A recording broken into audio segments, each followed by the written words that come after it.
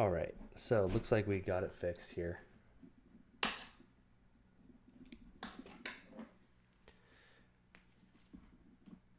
Hopefully you all are having a good weekend so far. All right. And okay,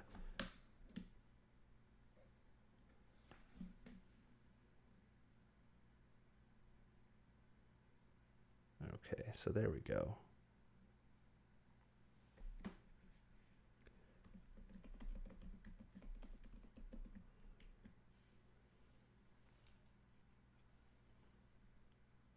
So there we go. Save Arena Merfolk. We are all set. We got our chat stuff pulled up. Okay, so can we just skip this tutorial? Skip tutorial. There we go. Yeah, let's skip all tutorial games. Oh, did we just get the reward? Oh, sweet.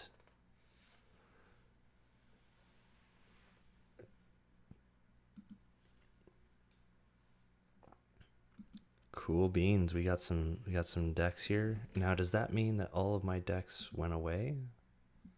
We have some core set decks to open, or packs to open here. Let me take a look to see if I've got my... Okay, so it does look like the decks are still the same.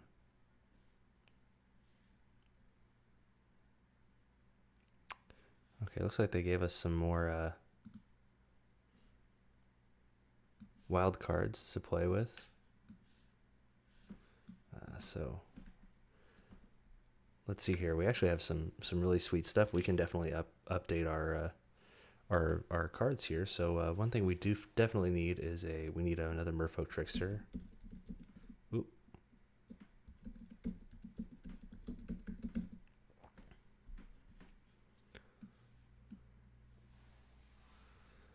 Okay, so what we're gonna cut for that is a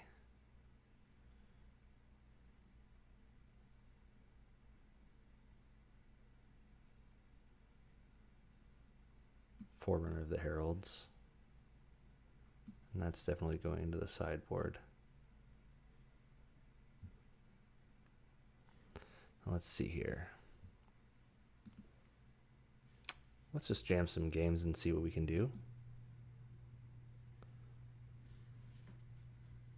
Let me actually adjust this here.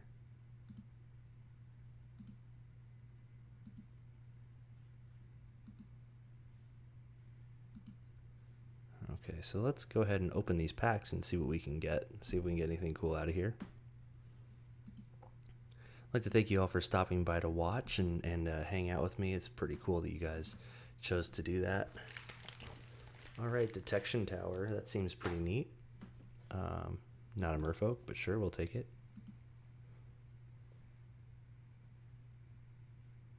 All right, we got a Mythic Rare Wild card. I like that. And our final pack here.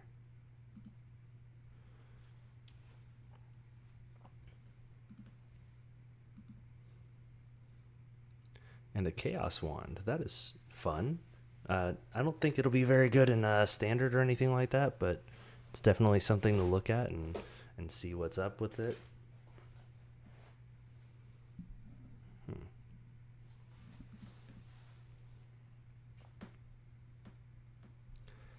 So let's see here. Let's see what else we can...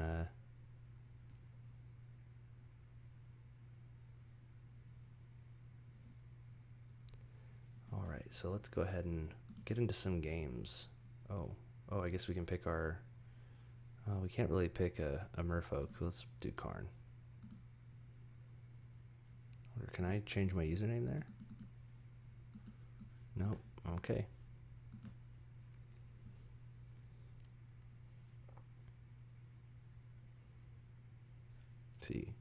Let's see what our things are here. So cast 30 black or red spells. We'll probably get rid of that. Kill 15 of your opponent's creatures. We can definitely do that easily. And cast 20 blue or red spells, which we're working on. So let's go ahead and refresh this one because we're never in our lives. Oh, even better. And we get a white-blue deck for playing 30 lands. Okay. let's just jump in and play some decks here.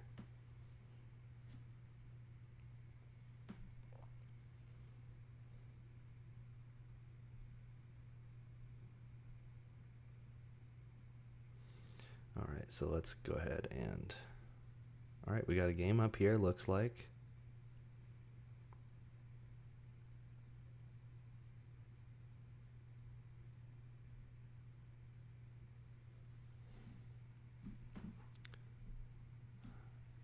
I have no idea what I'm doing as our opponent. That's pretty good.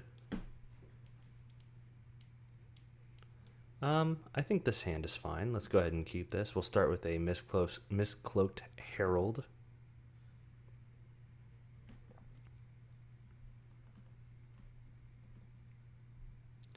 And if you guys don't want to keep watching this, what we can do is we can switch to doing some, we could do some MTGO stuff and do that sort of thing, and that might be fun too. So we're going to start off with an unclaimed territory here. Oh, we went...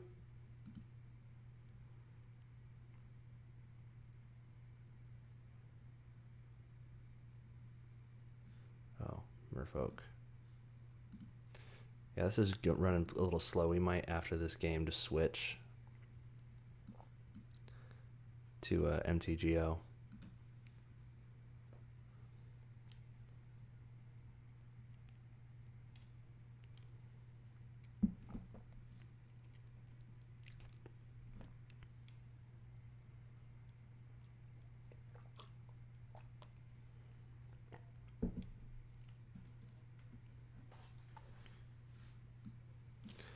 Well, we're going to go with this unclaimed territory.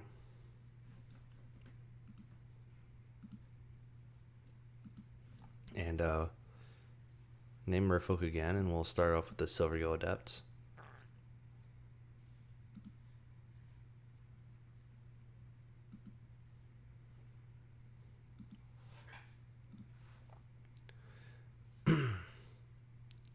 Yeah, this is definitely way too slow. I think what we're going to do is we're just going to quit out of this.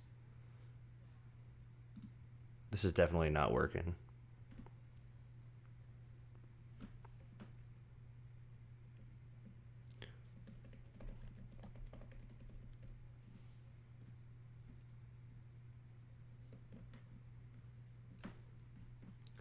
All right, so let's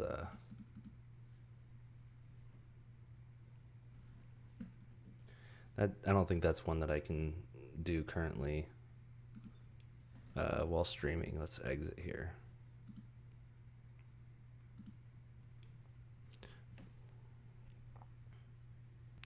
All right, so we're gonna get some magic going here. Actually, I'm just gonna switch to this so that way you guys aren't seeing like 10 billion of everything. So yeah, again, I'd like to thank you guys for stopping by the stream and checking us out. We recently became Twitch affiliates, so we're still learning what all that means and all that fun stuff. But yeah, we are based out of a podcast where we talk about Merfolk and Merfolk accessories and all that fun stuff. Me and my co-host Matt, we talk about Merfolk once a week. And the streaming stuff is just kind of an extra way to get content and whatnot and do all that fun stuff. And I know there's a glare off my glasses. I might look like an old man. That way I can talk to you and still see the game board. But yeah, so I mean, if you're into Merfolk, then we are definitely the type of people that you would want to listen to, hopefully.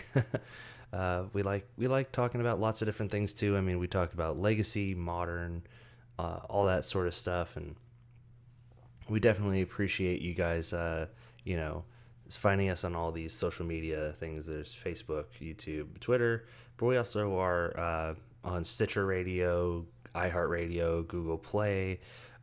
We're basically everywhere you could find us, as well as on Patreon, patreon.com/fishcastmtg.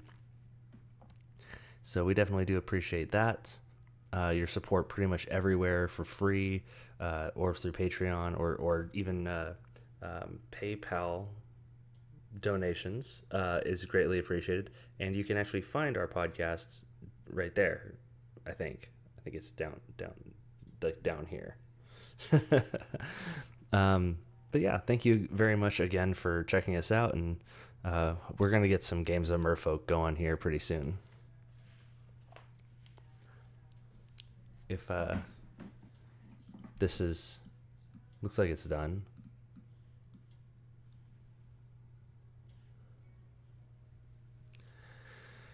All right. I mean, so what have you guys liked M19? I'm sure that some of you guys are still at your LGS and all that, so it might be, you might not be able to watch just because of being at your LGS and doing all that fun stuff. But what we're gonna try and do here is see about doing a league. We're gonna do some mono blue action, I think, is what we're up to here tonight. And we actually had some pretty bad earlier streams today. The internet at my LGS is really, or was bad today, I guess, is what I was told. So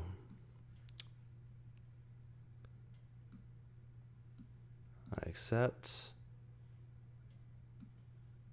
And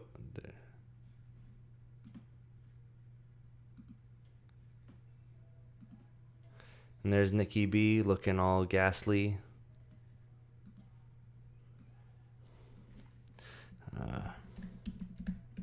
Not that I don't trust all you folk. Let's see. All right.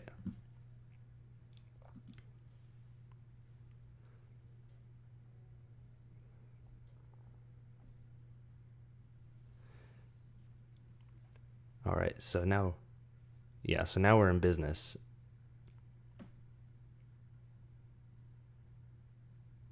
Oh, right. I should probably switch to here so you guys can all see and enjoy and not be in that small little box.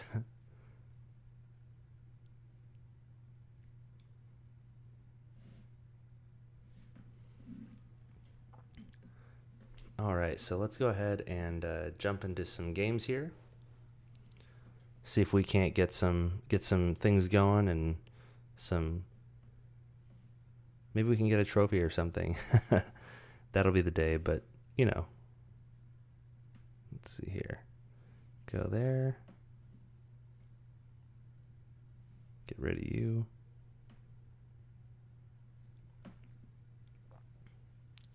All right, so we are going to jump into here, let's actually look at our decks here, see what we're doing.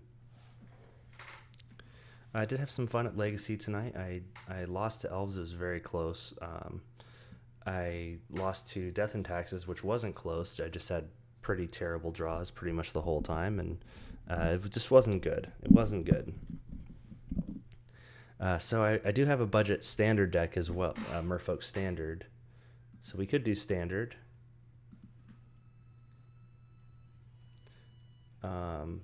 But I definitely think Modern is where people want to be at.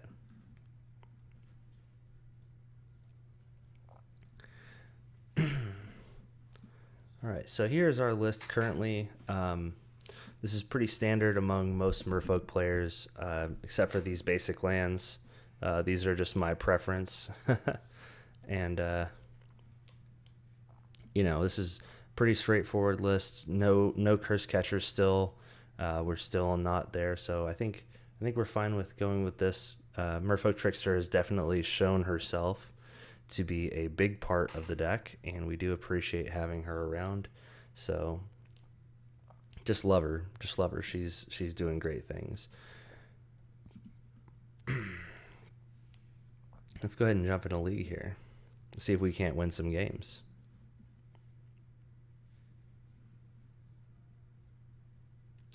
Yeah, my previous record was not so great.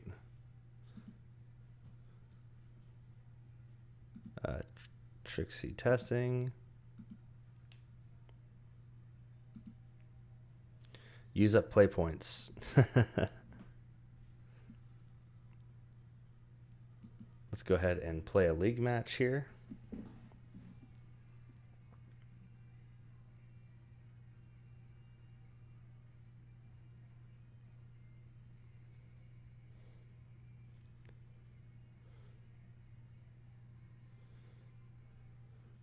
Looks like we got a game going.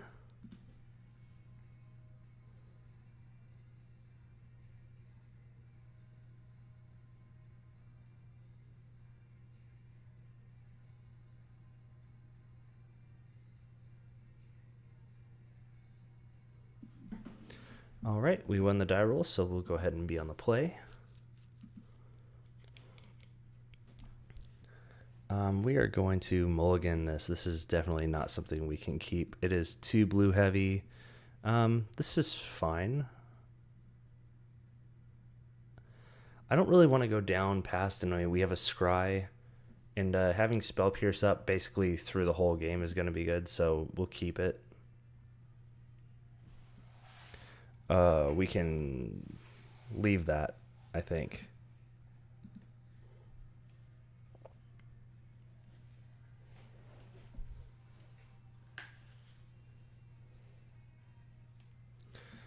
So we'll go ahead and start with a Mutavault, just that way we can start activating it as soon as possible. And actually, in hindsight, we should have started with the island. Let's see what our opponent's doing. They shocked in for Search for Tomorrow. Okay, so keeping up Spell Pierce is going to be totally killer. I think this is Scape Shift. So unfortunately, even though it's going to slow us down, we need to keep our opponent off casting all their stuff. So yes, it will slow us down, but we definitely need to keep our opponent, on the back foot when it comes to playing this type of thing. Cinderglade. There's the Cinderglade. I think it runs 1.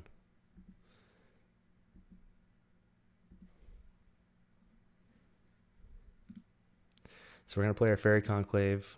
Aether Vial is actually a really good draw right there, so we're going to go ahead and play Aether Vial.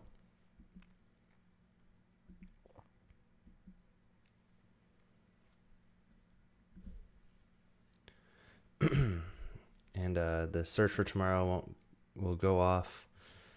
We're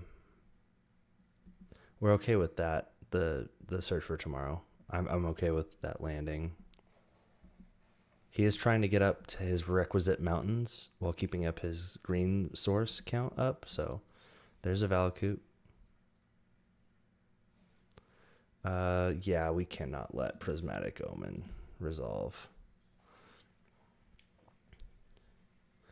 Once all of his lands are mountains, then it's lights out for us as soon as the Escape Shift resolves.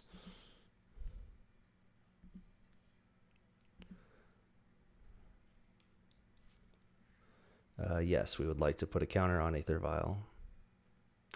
Another Lord. Okay, so what we're going to start doing is we're going to start chipping in.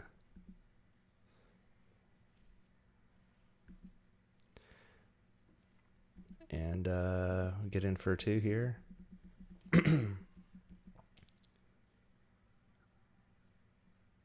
That's fine. I'll draw the bolt. We're still keeping up mana because we basically need to stop Escape Shift. There's nothing else that matters. If this is it.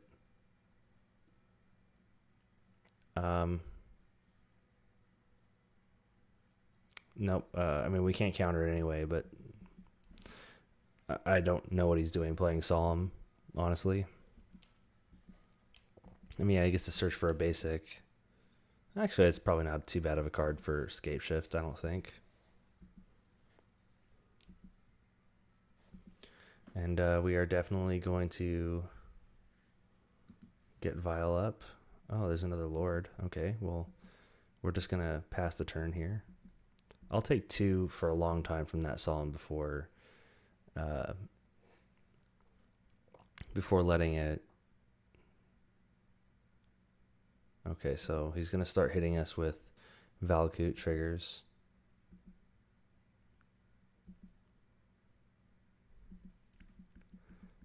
Now we're down to 15. Let's see what our opponent's doing here. Prime time. Okay, well we can't stop that, unfortunately.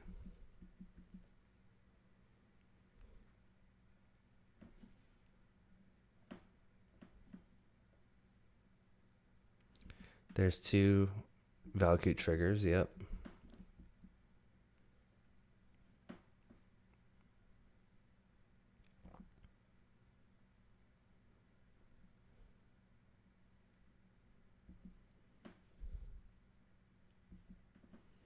So they may get... Oh no, we missed the Aether Vial. That was us. That was all us. No, but I would like to not be such a dummy. Okay.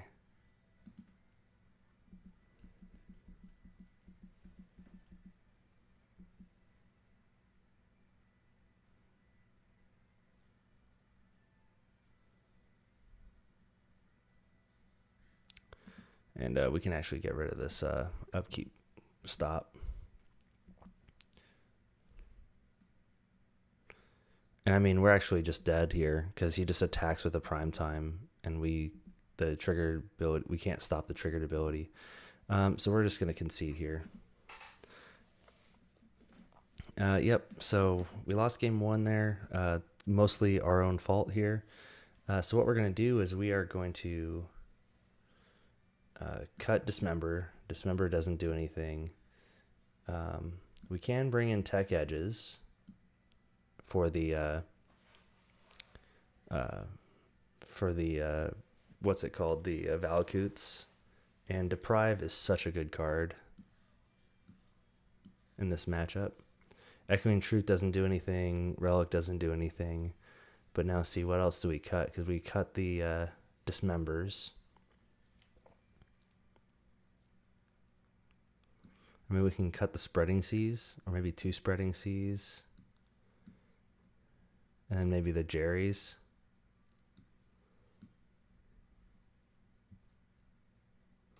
Actually, cutting Harbinger of the Tides doesn't seem like a bad idea. Let's leave Jerry in and cut the Harbingers. Hey, what's up, Tux Dev? I think yeah. Let's leave another Spreading Seas in.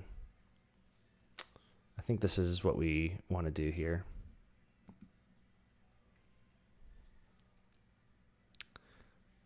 Okay, and I forgot. I should have stayed out. I'm sorry. Oh,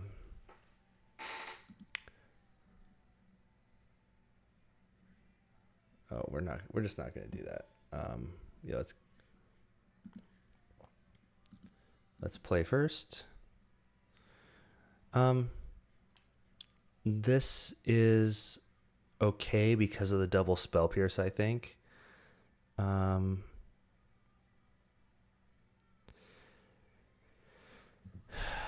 think it's fine with the Conclave. Stay Slapped. I honestly haven't gotten to play a whole lot with Fairy Conclave, to be super honest. It is clunky for sure. You're not wrong. But I haven't seen it underperform. But again, like I said, I've played so little with it so I don't want to speak to it being too clunky. But so we're gonna drop a Conclave here and pass the old turn back to our opponent. And again, we're playing against Scape Shift here.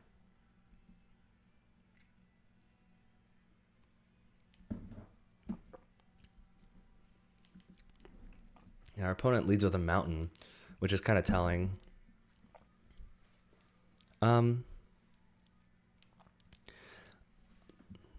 I think the Mountain is telling of removal, so I think we start with the Conclave too.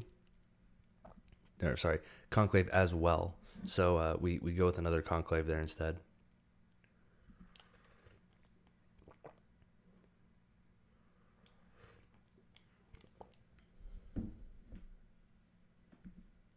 And Steve has made his appearance. Oh man, we jumped up to 7 viewers. Welcome, viewers. If you haven't heard of Fishin' and Merfolk Podcast, I don't know what you're doing here, but we play Merfolk and talk about Merfolk, and we have a weekly Merfolk podcast.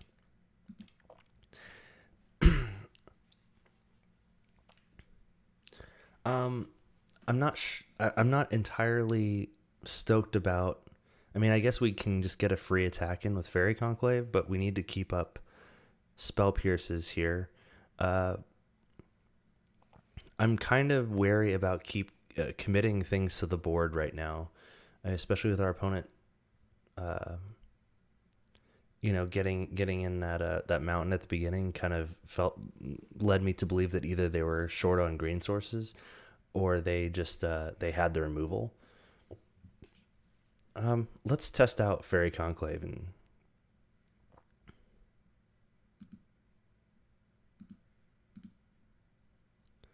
let's get Fairy Conclave into the red zone. Yep. Oh. So he has another bolt source, basically.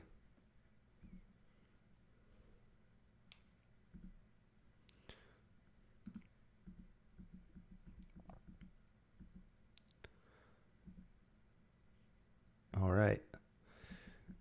So we got in for 2. Thank goodness, Fairy Conclave. Without you, I don't know where we would be. So I've got to work on my Twitch emotes for that, because now that I'm an affiliate, I guess that's one of the cool things that you get as a... Oh, and we're tapped out for the search for tomorrow. And he just hard cast it. That is very clearly bolt mana. I guess we play a Lord, and then we've got double Spell Pierce protection up for it. Doesn't seem like too bad of a thing to me. And if he's that bent on removing our creatures, then he probably doesn't have Scapeshift mana.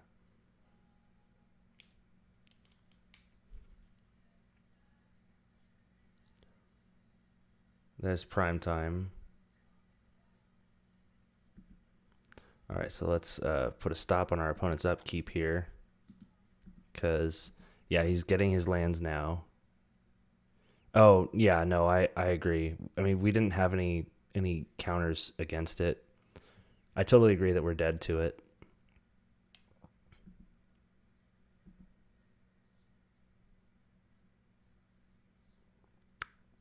Yeah, and then he can just kill our things to it. I mean, maybe we should have molded until we had a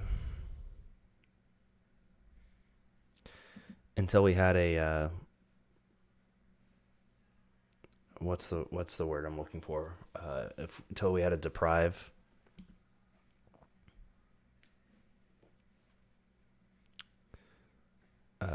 Yeah, I mean,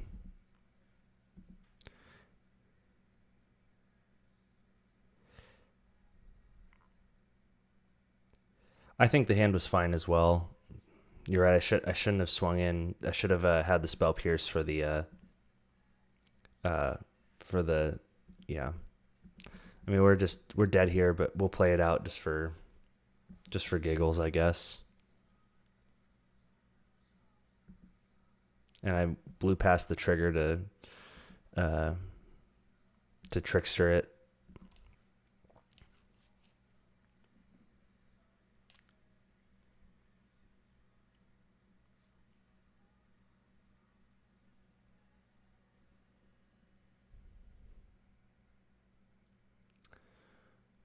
Oh, yeah.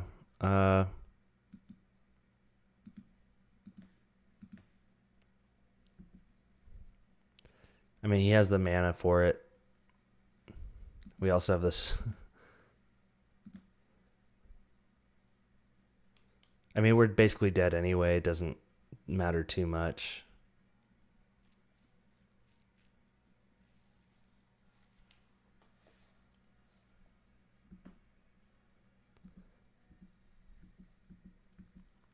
Yeah, I think we just, I mean, I don't really see a need to keep playing this out. We're just going to get hit to the face. So, GG, opponent-y. That was definitely bad for us to start off. But Tux, you're right. Shouldn't have swung with that conclave. That was definitely not cool. Actually, one thing I want to do before,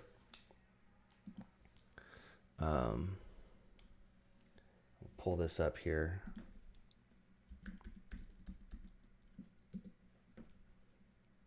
I keep forgetting to do this beforehand.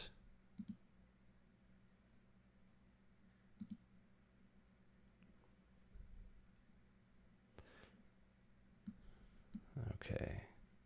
Tools. My decks. So yeah, I tested collar, missed collar. It was not great. I mean, it was fine. It stopped. I played against elves game 1 and kind of got them that way. Trixie Texan. Where is it?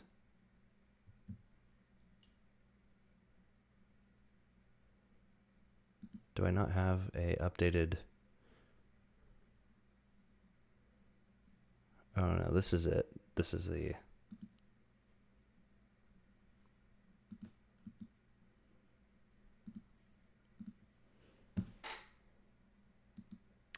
Okay, so we're gonna go to this real quick, just so that you guys aren't seeing like a billion.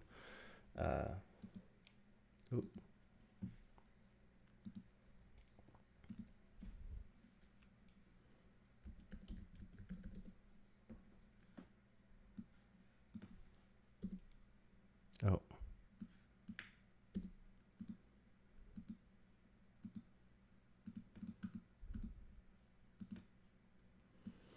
Let's see here.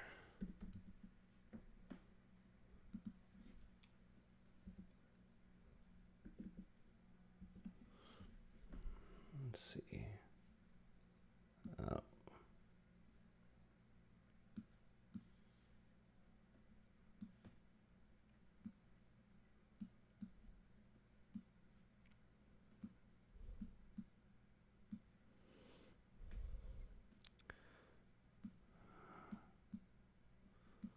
I mean, it needs to be a little bit wider there. So let's go ahead and.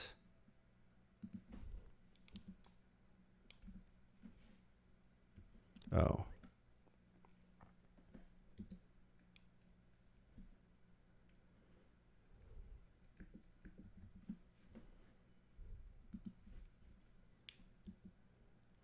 Yeah, rarity count is really important, actually. Tux Dev, have you ever played Magic? So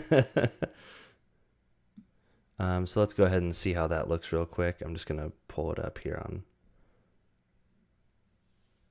So if I go.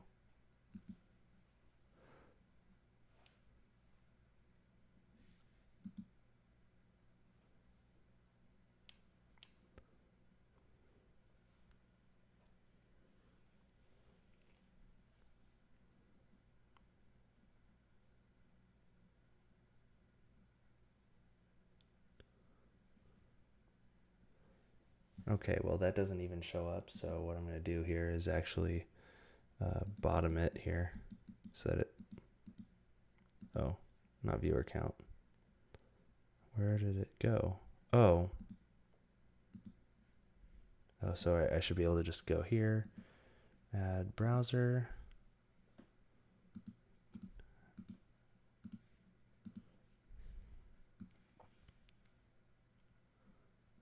Okay, so we're going to make you a little smaller there. Sorry, I'm doing this on stream. I'm still learning how to do all this fun stuff. Let's go a little bit higher. We don't need to know rarity count and all that fun stuff. All right, cool. So now that should look really freaking sweet.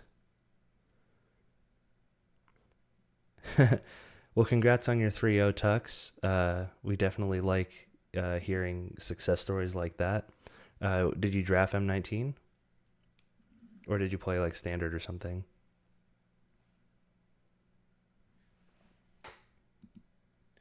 Um,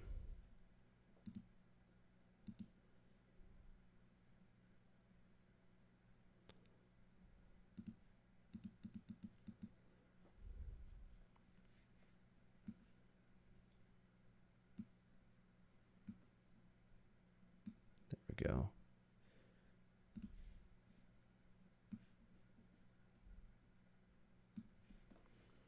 Okay.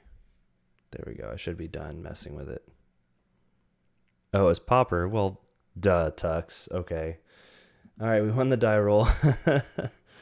This seems fine. I mean, it's fine. I don't feel incredibly. I'm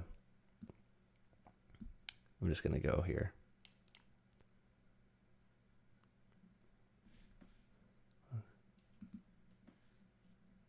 Let's go ahead and start with an island here and pass the turn.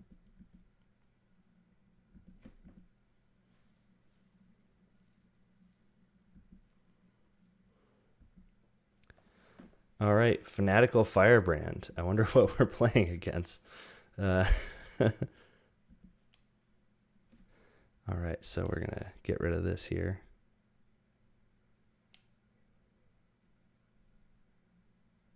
Yep, and we're going to take one.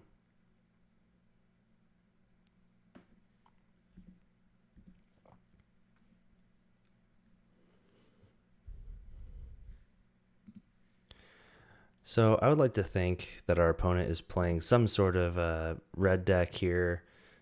We want to get Aether Vial online. A third land would be sweet too. We don't have any counters in hand, so we're kind of stuck. I don't know, maybe this is some sort of... Oh, geez. Burning Tree Emissary. Maybe it's 8 whack. Okay. So we're taking 5 right here. We might have been hurt by doing the, yeah. Aether Vial is always on time.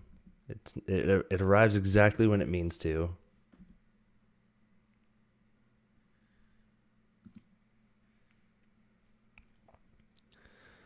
Spreading Seas does nothing really right now.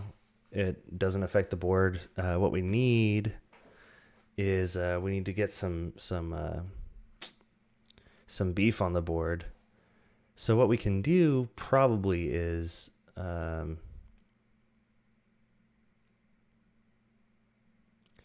mean, Merfolk Trickster seems like what we need to be doing here. So we've got our stop on our opponent's upkeep.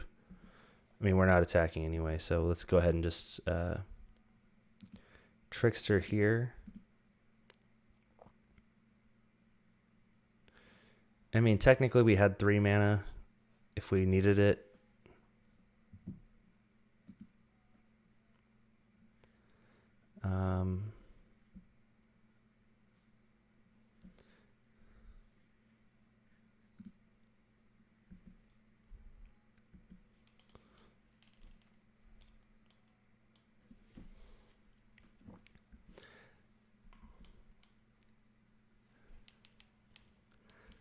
And I think basically, I mean, our opponent definitely just wants to attack as much as they can. And I mean, once we get, yeah. So, well, we could just throw away this Trickster right now. We need to keep down their creature count, and having them not be able to attack with one of their creatures is definitely good. So let's block the Bushwhacker here. Because, I mean, we win the long game against 8 whack. And yeah, we're taking 4, which is definitely not good. But, I mean, this turn we can... Okay, Lava Spike, sure.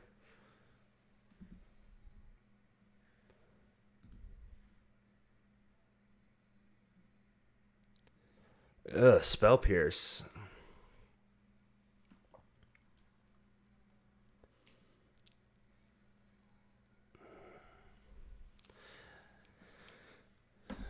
So what I think we should do here is we should pass the turn. So we have Harbinger, so we can just completely remove something from combat. And we can also spell pierce like a bolt or something like that. So we can bounce something out of attacking and then... well, yeah, but hear me out. So like, I mean, with we do need to get a Lord in play. Well, I guess if we have a Lord in play, then but then we can't flash in Harbinger of the Tides. Okay, so let's do the Lord, I guess. Do the Lord, and then we have Harbinger backup to remove something from attacking and also block something.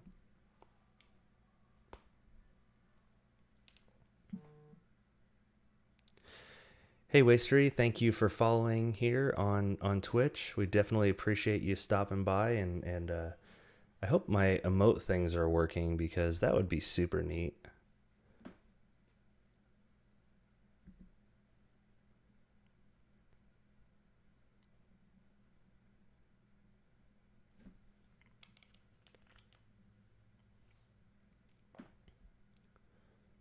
Oh, okay, Goblin Grenade. Ugh.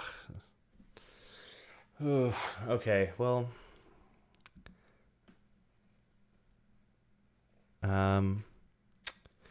Well, Goblin Grenade just kind of did it.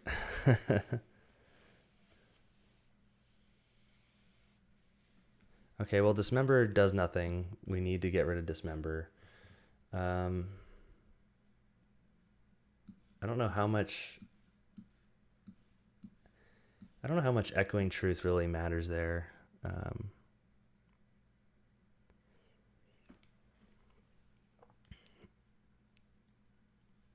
Deprive is probably our best bet because it's just a hard counter. It does force us to keep up, not...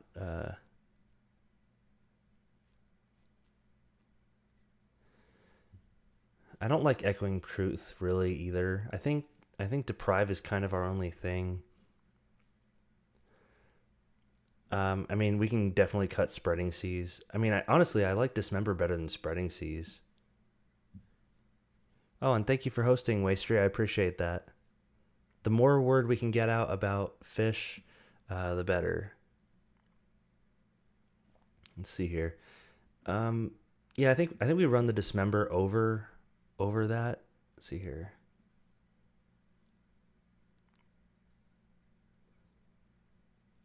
Yeah.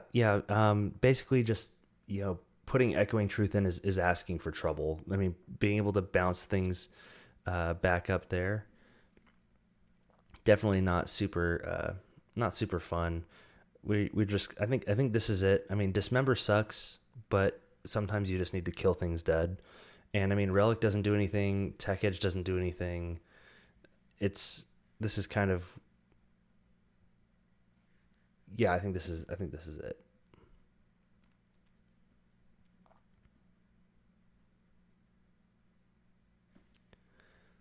All right, let's close this, and we are going to play first. I think this is a much better hand than before. I don't know. I mean, it's fine. It doesn't have any counters, though. That's... I don't know about this. Let's just keep and see what happens.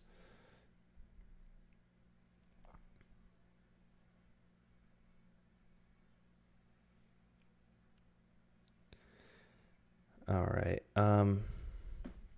Let's start off with an island. We want to get our basics in play. Yeah, you're right, Tux. It's definitely not favorable that we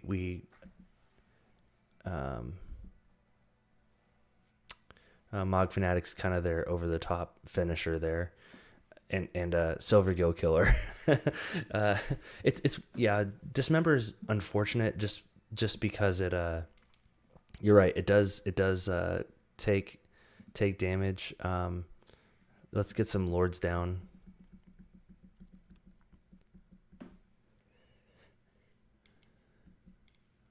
see here. Yeah.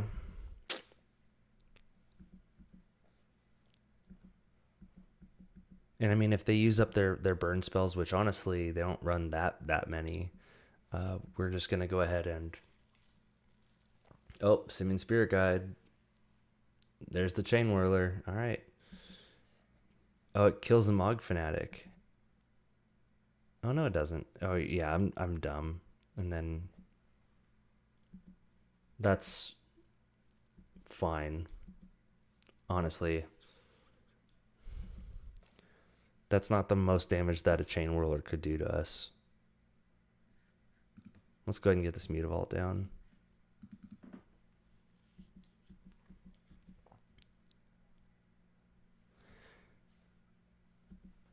Let's see here. Let's see what our opponent does after dropping this Lord. This is the real Merfolk versus Goblins.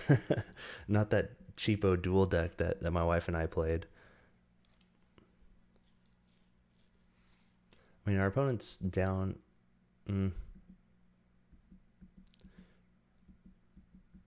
We're gonna get hit by a lot here. Goblin Guide.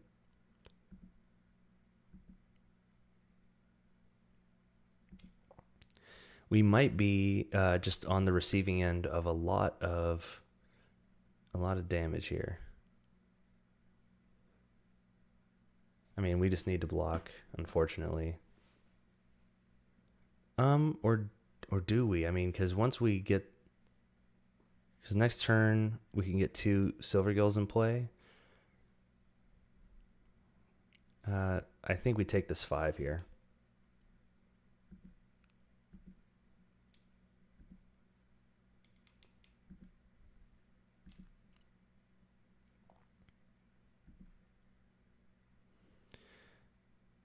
Huh. I mean, that's not a great Master of Waves, but any Master of Waves right now is like super good.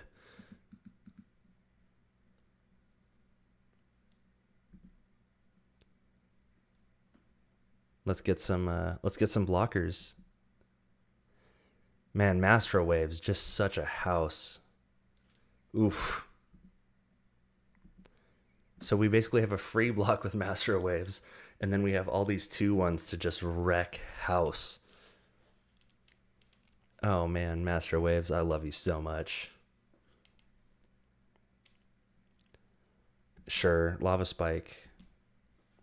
Go to 0 in hand. And then we just stabilize, basically. Because he doesn't want to trade his whole board.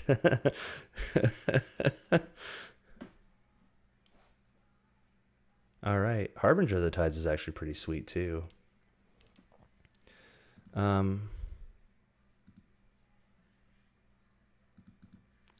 Let's get a Silver Gill out here.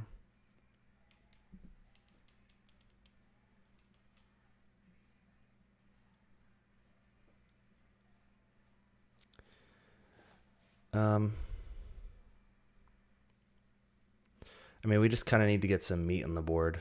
So,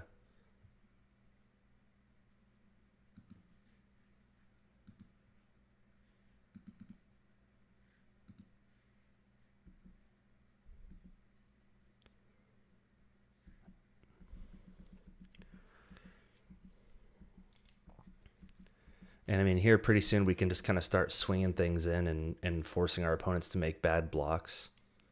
But basically they just can't, they can never attack in now.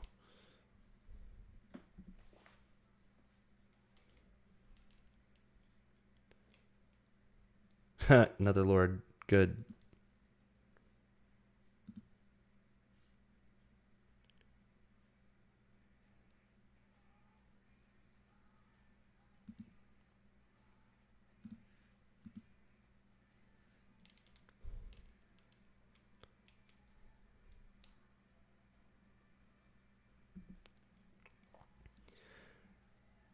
Let's see here. Let's get some damage in here.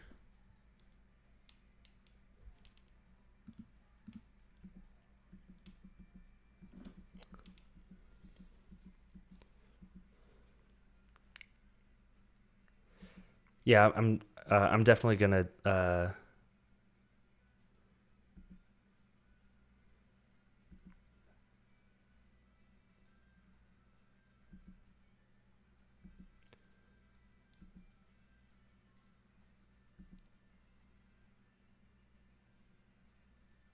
Oh, right. First strike. Oh, I'm dumb. Yep. That was my bad. I definitely not a block or not an attack I should have made rather.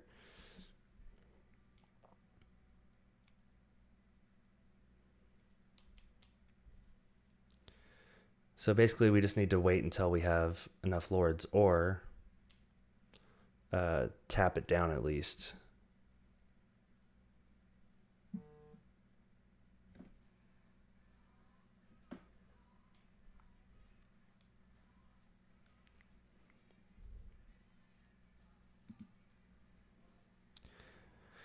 Um, well, I mean, we can kind of start.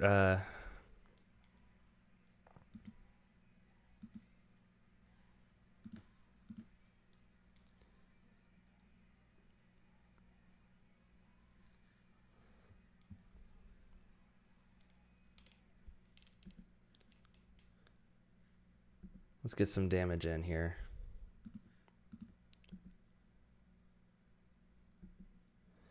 Yeah, Master of Waves is definitely pretty sweet.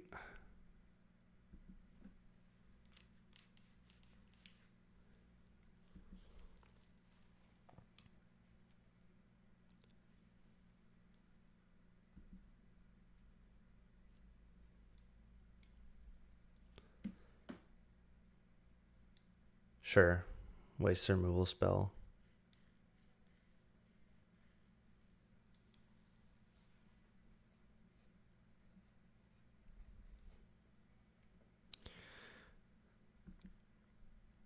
Oh, I thought he was targeting the Fairy Conclave. I should have probably countered that if it was.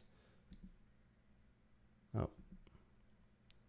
Well, I mean that reduces his board, so I'm kind of okay with that.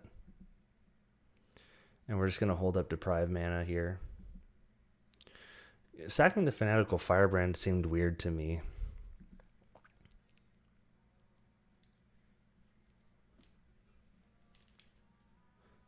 I think next turn or the end of this turn, what we do is we tap it down. We tap down the Chain Whirler, and we get in there.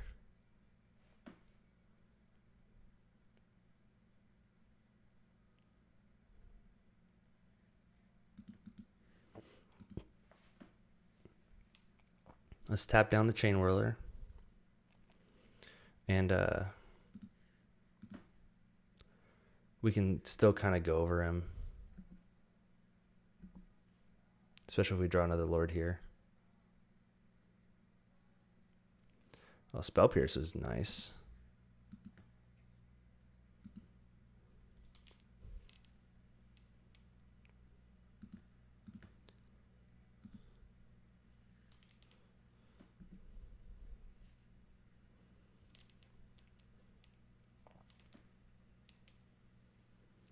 Let's see what our opponent does here. Oh, nothing. Okay, let's move to combat.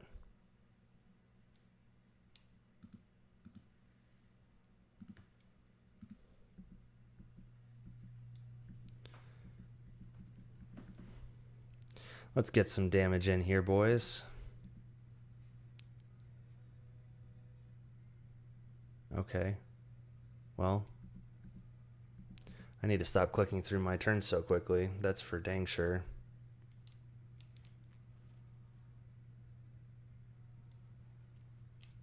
Because, I mean, he still isn't in a great spot here. I don't think he was counting on the Mutavault still getting the buffs.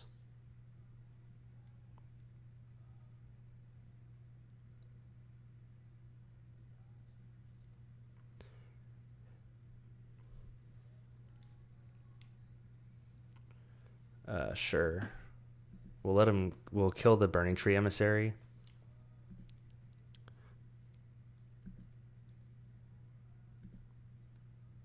Yeah, I should have definitely attacked. Maybe I should have attacked with everything. He basically had no way to block everything. So this match just went another turn longer than it should have.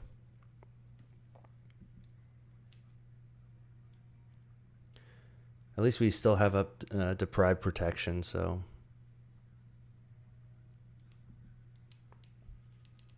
Oh, okay. Well, he just gave up.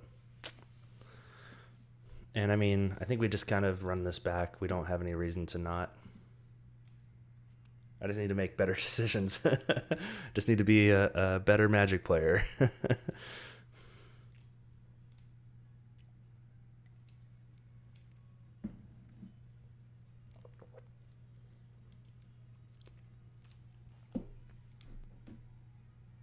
Believe in the heart of the cards. Yep.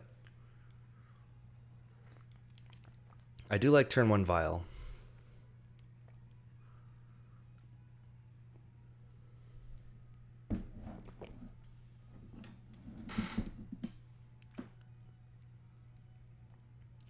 Oh, yeah. Maybe I should have. Yeah. Let's see here. I think we keep this, though. Yeah, I probably should have brought in the C's game 3.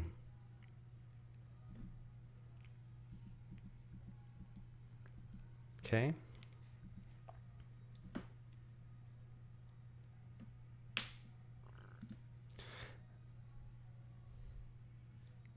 Yeah, it's a good hand despite me not bringing in the C's like I should have.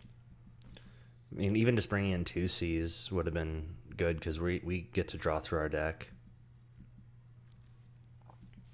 I should not have won the last match, for sure. I should not have. I made way too many mistakes.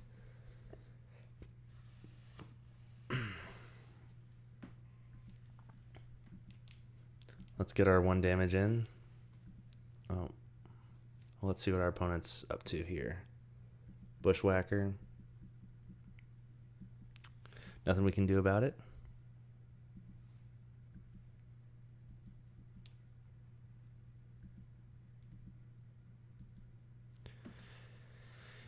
Yes, yeah, Tux it is. But I'm also still just kind of getting used to playing. I mean, I played about a year ago on Moto a lot, but I basically only played Commander and Pauper, and I do need to get my act together though. This has definitely been a good learning experience to get better. We definitely want to use Aether Vial's ability for sure.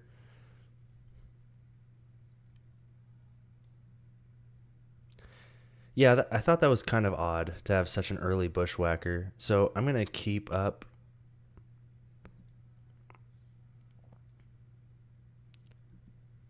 I'm going to wait now because, I mean, if we play a Silvergill, we're basically just playing into losing it to a Chain Whirler. And this way we have Deprive up. I think we counter this because basically, like, what this is signaling to me is they have another whacker in hand. They have either a whacker or a yeah, I think this is definitely a counter. It's Bushwhacker or the other whacker from yeah, we definitely need to counter this. So we're gonna counter this so that way he doesn't get basically 2 creatures in play and start attacking. Oh, yeah, we'll return a land.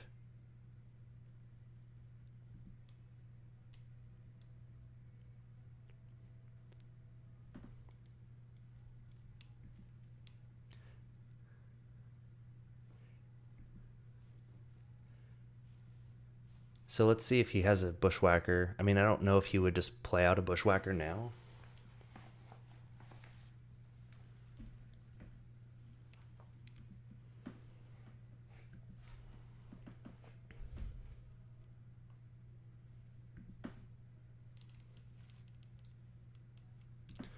And we'll take the 2 damage for sure.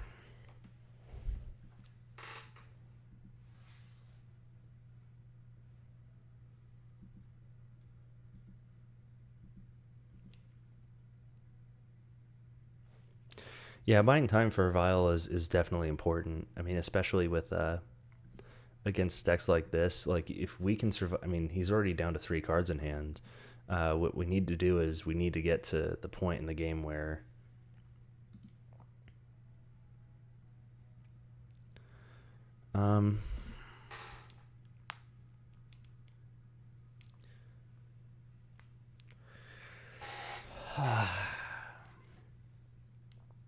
if only we could see into the future. I mean, we have Vile at 2, so we can Harbinger something back. Bouncing the Fanatic. I mean, I guess that gets it off the table. Yeah, so let's yeah. No, I didn't mean spending the Trickster. I just was trying to figure out how to best use mana. So I mean, if we pass the turn, then we pass the turn. We pass the turn with having both up, basically Harbinger and Merfolk Trickster. But I see your point. Like, bouncing the Fanatic either forces him to burn it off or to spend more mana next turn, which we are totally in favor of. And so we want to keep up our Tricksters for now. And I mean, even an end of turn Trickster wouldn't be too bad if we had a third land or a Lord, but thanks to our new follower, let's see here. Where were you? Primeape 2. So thank you, Primeape. Appreciate you following.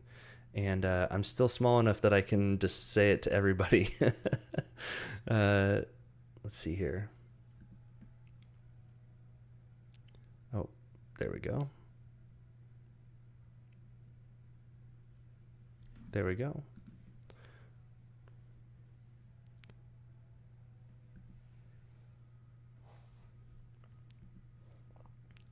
Yeah, that's true. I mean, end of turn, we just Vile in Silvergills because let's block.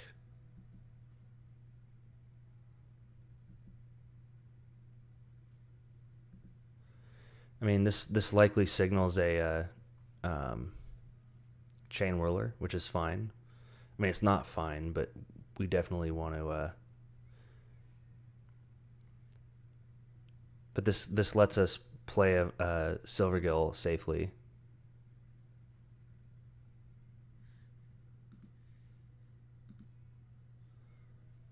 There we go. So we're going to draw our card. We're going to keep Vile.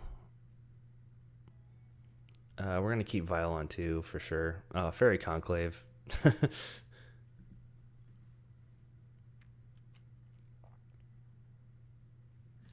I mean, we definitely want to keep our opponent down on creatures for sure.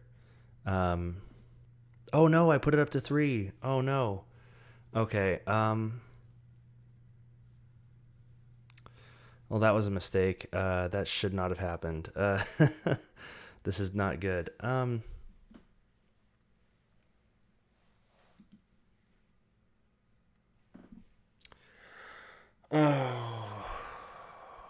Violent 3 is okay, but it's definitely not ideal.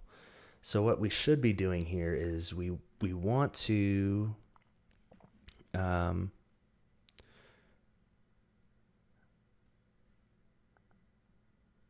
yeah, so we Trickster on upkeep, and then we play Jerry at end of turn. I think that's kind of what we want to be doing.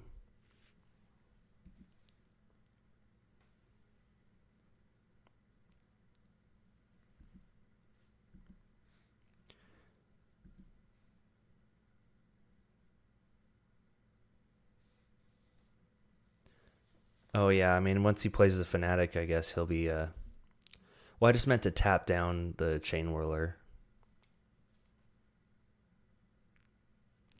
But I guess we don't really need that.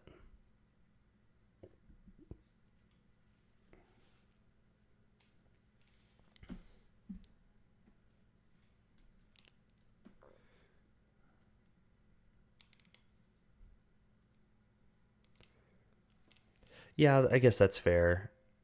And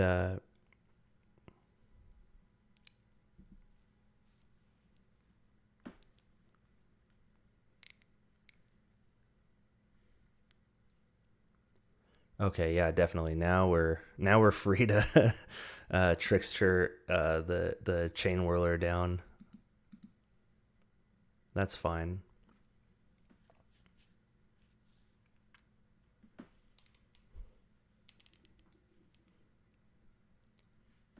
I mean, they basically just can't do anything, and we're tapping down their biggest threat.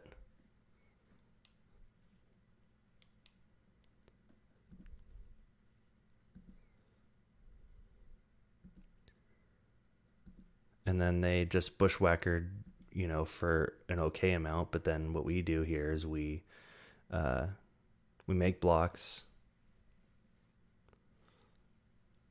I mean, even blocking with Silvergill seems fine. Well, we don't want to block with Silvergill. Now he's trying to figure out what he should be doing. Is what it is. He's looking at the board, and he wasn't expecting. No one expects the Merfolk trickster.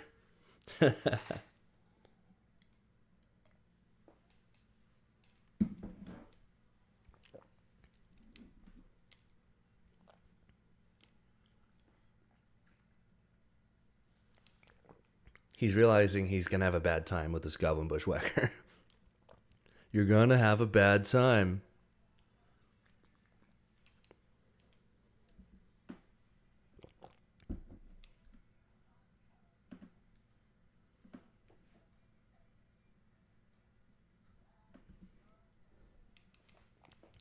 Let's see if he even attacks.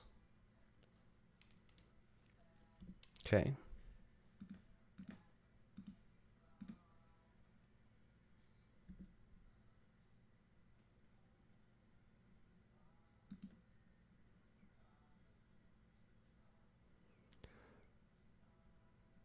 Block Trickster on Fnatic?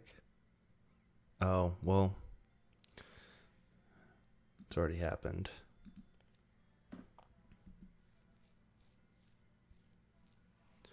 I mean, it still happened the way we wanted it to. And now, basically, I mean, we're not in the worst position now. Oh, Spirit Guide, Forked Bolt. Oh, okay, well.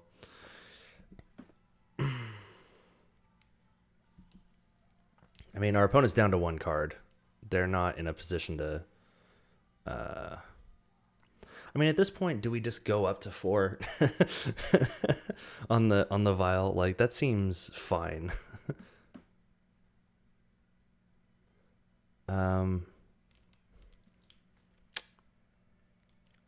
Because I mean, if we're more likely to draw.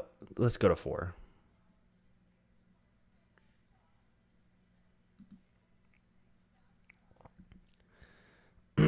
So we can still trickster the chain whirler again at the beginning of combat. So if he has any bushwhackers or anything like that, he can go for it, and that's fine. We're forcing our opponent to play long game.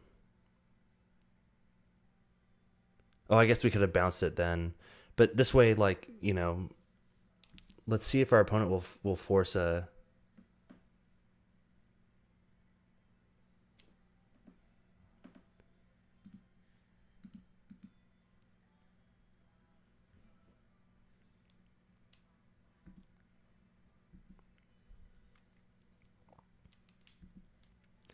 I think this still sets us up really well next turn because we can still bounce it. Sure. Fanatical Firebrand, you got it, my dog. 2 Fanatical Firebrands, you got it, my dog.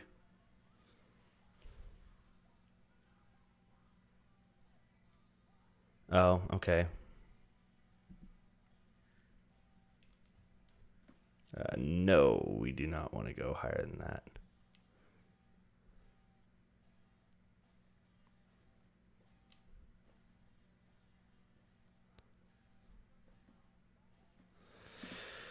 Oh, I should have just bounced that chain whirler.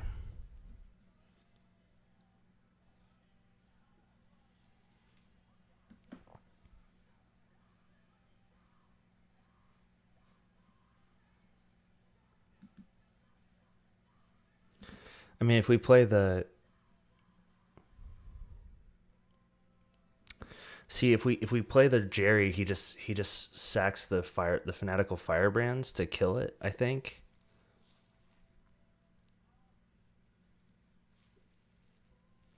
I think what we do here is Silvergill seems fine. I mean, if they trade a Fanatical Firebrand to kill the Silvergill, then that's not like the worst. Take the 2-for-1.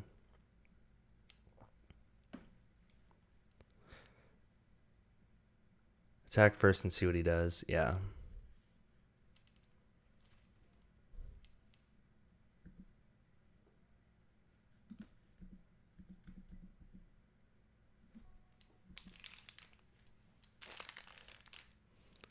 All right. I honestly see no problem running out a Silvergill Adept because, if he does sack one of his things, then that's fine. Because we want him to be lower on creatures. And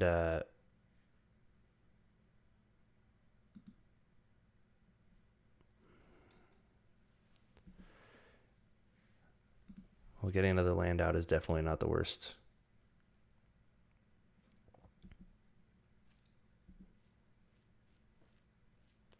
Because he can just sack it. He can just sack Fanatical Firebrand, but then he loses all the tempo from attacking, and our opponent's still on the back foot.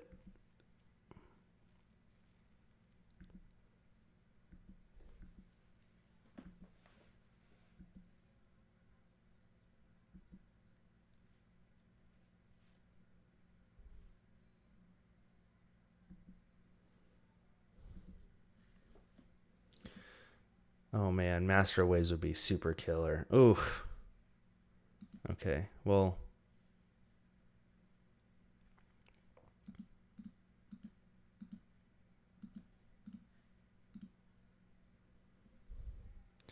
Let's see if he sacks a Firebrand to kill a Silvergill.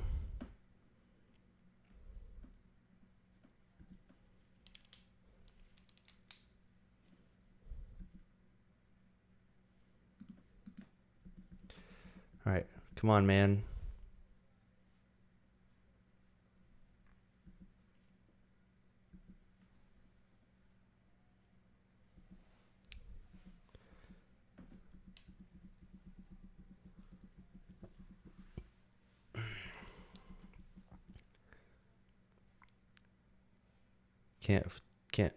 Can't afford to not spend mana. Yeah.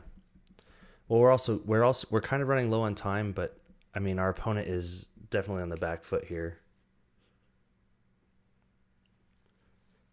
If we need to, we can activate a Fairy Conclave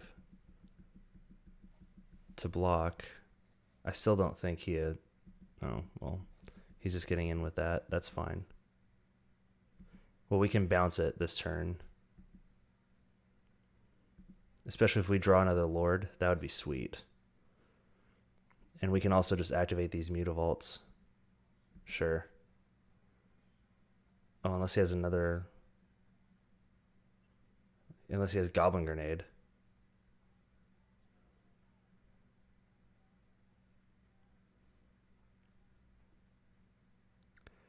What happens? End step?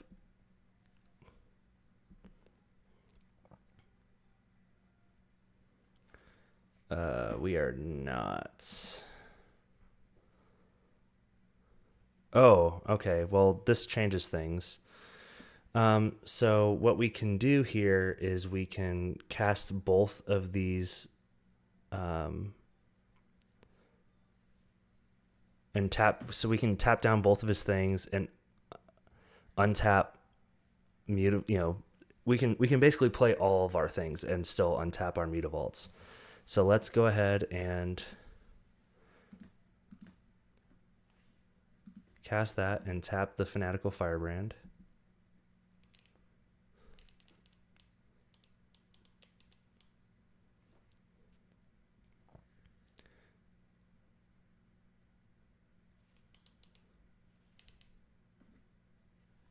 I probably should have done the Lord first.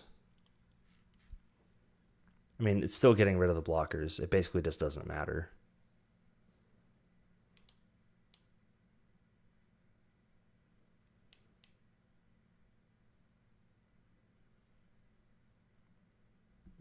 That's fine.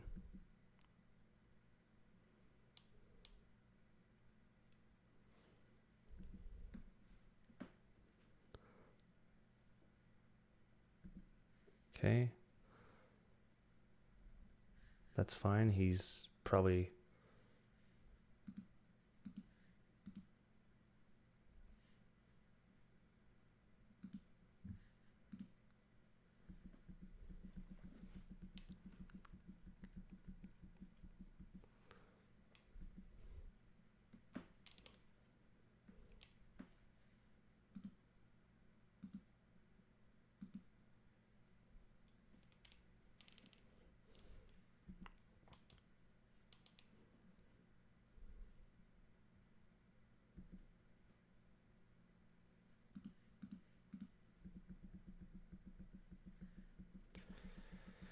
All right, let's make our opponent have it.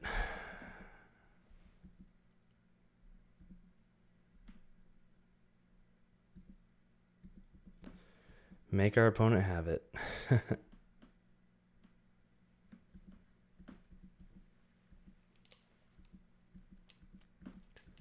Basically, if they don't have the if they don't have the Goblin Grenade, they can't.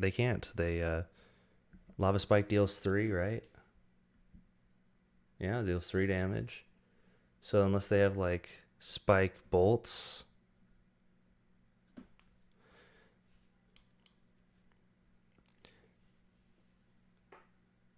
Man, the fact that I have not died yet is just incredible.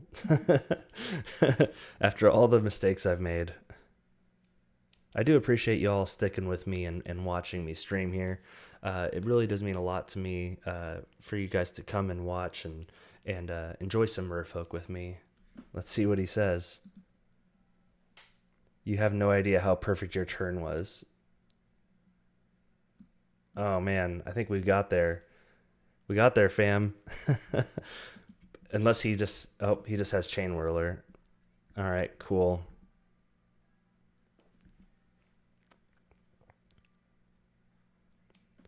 All right, we got there. Oh, he had it. He had the Goblin Grenade. So basically, there's just no way he was winning. Devastating summons. Oh, okay, well.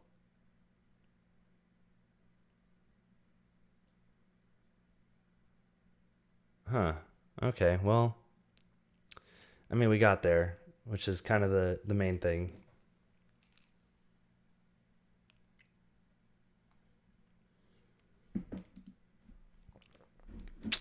Well, we made a lot of mistakes.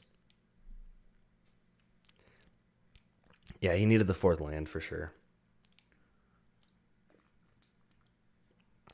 And I think, honestly, I misplayed that turn. Like, I should have played the Lord first. If I had played the Lord first and then the Harbinger, then we would have been in a much better situation because no amount of mana, like no amount of damage off the Firebrands would have killed off the Lord. It's so, like, the intricacies of Merfolk is just crazy. It's so good. Like, I am, like, it makes me excited to play Merfolk. I definitely love playing this deck. Let's tell the Discord that we're playing.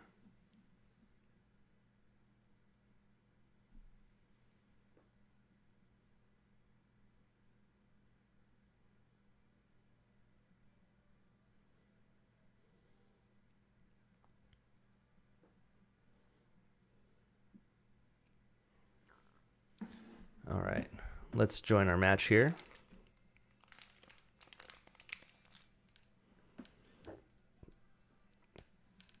Yeah, basically either he... Okay, it looks like our opponent is Deadpool. This seems like an interesting hand. I mean, we're definitely not doing anything turn 1. But we have Spreading Seas to kind of get us through here. Yeah, so we'd have a free untap of our own land. So even if he did decide to kill their Jerry, he would have had to do it right away, and then like you said, Tux, we would have been able to untap another Mutavault and just kind of really put the hurt on him. Let's see what our opponent's on. All right, Bloodstained Mire did not crack it for a Thoughtseize or anything like that. That's interesting. Interesting to note. Although I think Fairy Conclave will kind of give us away.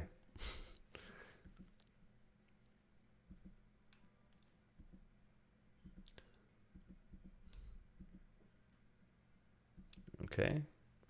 Ooh, a foil Blood Crypt. Well.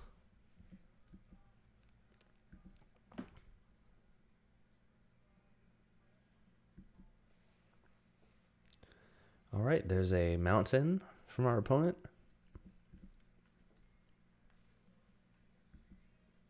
Street Wraith, okay. All right, so we are up against... we needed the turn 1 blue mana. We are up against Hollow One. Well, we know better now.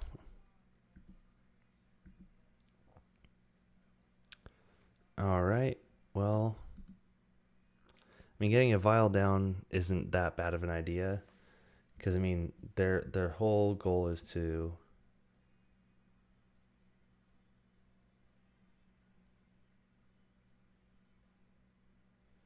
Okay. Well, let's see here. Yeah, the Hollow One got discarded. We definitely got lucky. I mean, I don't know. I haven't played against Hollow One very much. Do we want to get the vial down, or vial's better? Yeah, I mean, we can vial and keep up Spell Pierce, I guess.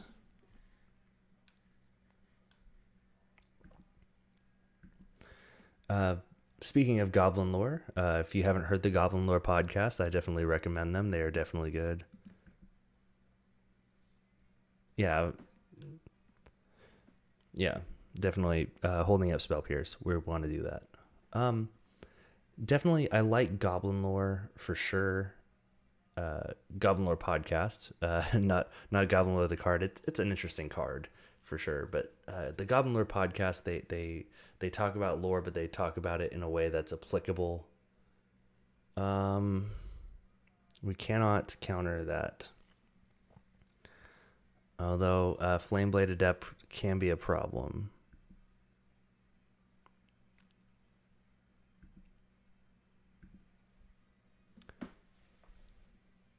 Yes, we want to get... There's an island, thank goodness. I mean...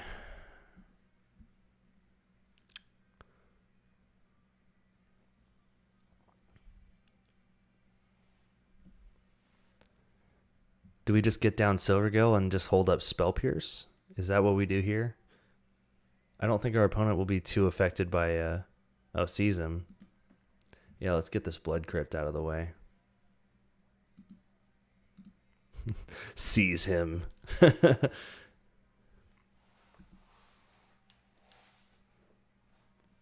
Get him off black mana for sure.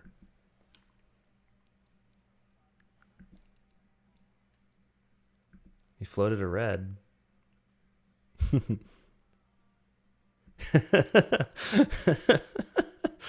Oh, Tux.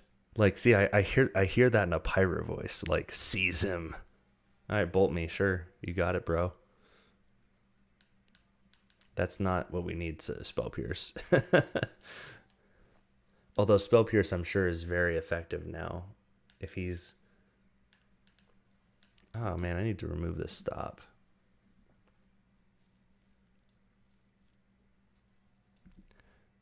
Can't stop it. But letting him lose life off these straight race cyclings is pretty cool. Let's see if he takes the damage. All right, he gets his blood gas back. No haste.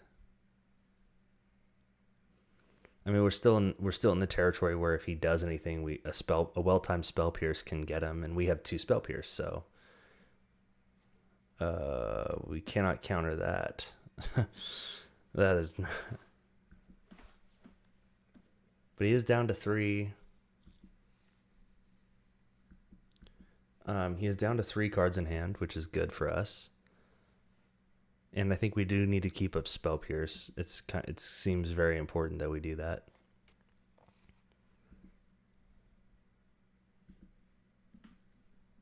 Yes, we do. Um,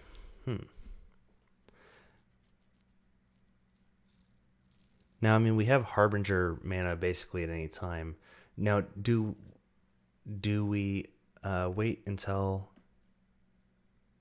Yeah, so we wait to bounce the Bloodghast. But I mean, do we tap anything on their pre-combat? Oh yeah, no, the blood turning off the Bloodghast for basically a whole nother 2 turns is great. I definitely agree. We are gonna go ahead and just we're gonna wait because basically we have Trickster and Harbinger when they attack,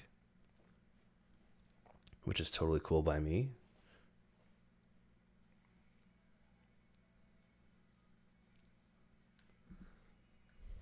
And we also have Spell Pierce up just in case.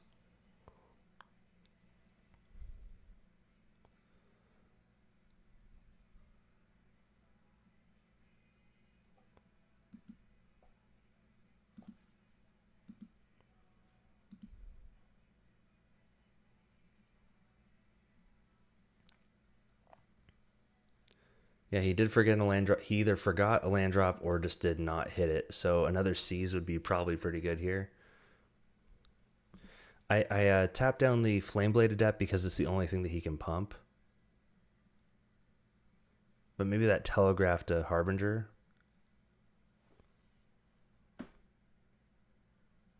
I think we take 2 from this because there's no way he can pump it. So we take the 2. And it did kind of telegraph that we don't have the Spell Pierce. But he moved to his end step, so we're going to get Silvergill out.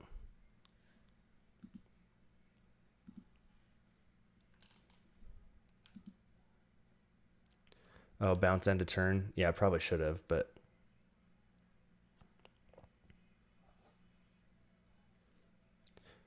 we still have the opportunity to.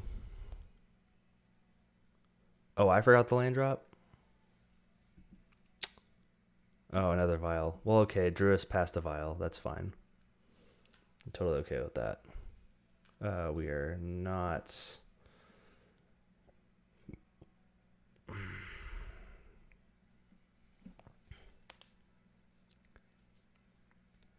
Yeah, so what we do here is we definitely bounce the Flame Blade because that puts him off, and then Seize,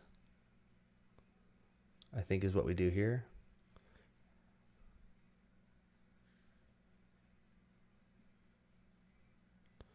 Yeah, Conclave Seize. I mean, basically we're taking the turn off, but when we're doing this, we're taking him off the Stomping Ground and drawing another card here, and then, well, maybe we should have seized and then conclaved up after. Maybe we drew an island. Oh, okay, well, even better. So yeah, we shut him off. We shut our opponent off attacking with this Flame Blade.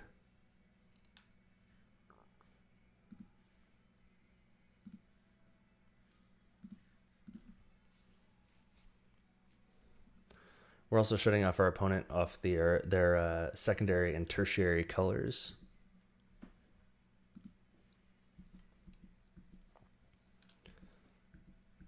Oh man, a Master of Waves would be... Oh man, we should have... Well, I guess maybe we didn't need to attack there. Because them blocking with Bloodghast is just free for them. They can do it all day, every day. They're cycling another Street Wraith. I think that not attacking there was correct. They're still at low enough mana if they want to take the 2 here. They're not going to take the 2. Yeah, they're getting too low. And we're going to take the damage from the Flame Wake. Which does mean their Bloodghast are active. Oh, they can't block with Bloodghast. Yeah. Reading the card explains the card.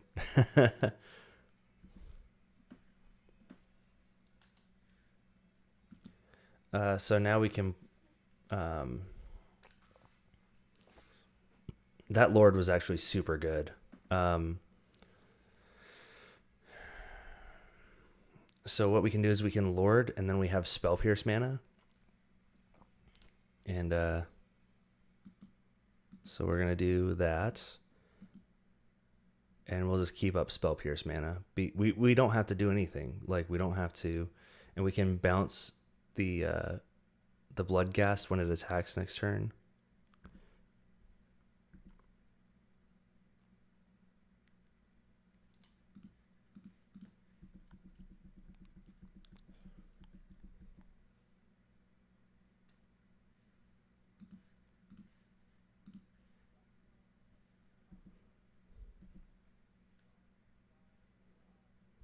Oh, yeah.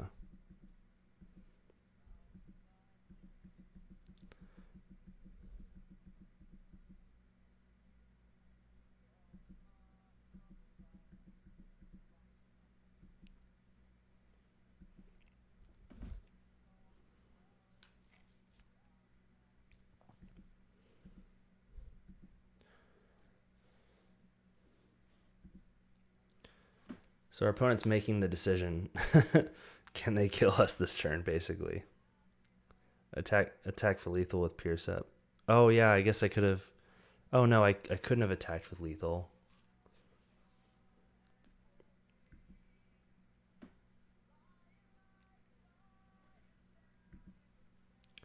I still have Harbinger to Violin to get rid of this Flame Blade Adept after they cycle a bunch of stuff.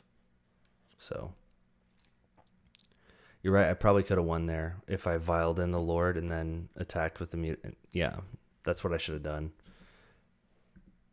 Basically just gave them another turn.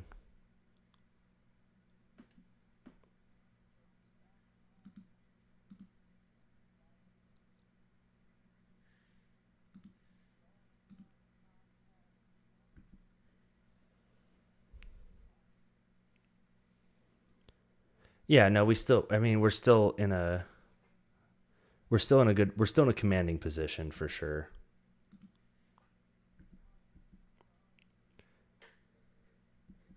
Basically, they just can't get enough damage in. Yeah. Okay, so what do we do here? I mean, Relic doesn't do anything. I mean, I think we bring in Echoing Truth for sure. Echoing Truth and Deprives both look really good.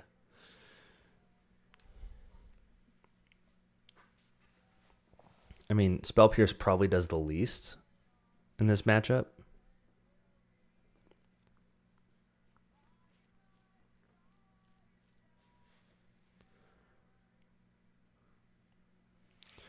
I mean, Dismember is basically indispensable because once Deprives feel so, yeah.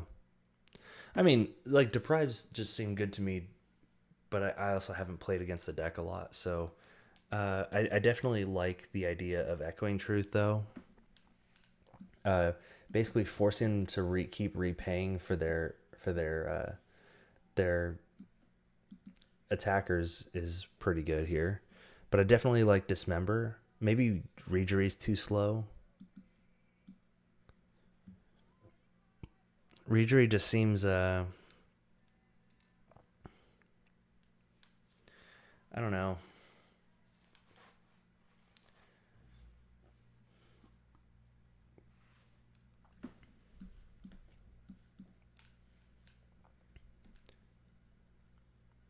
I mean, yeah, maybe we just kind of run this back.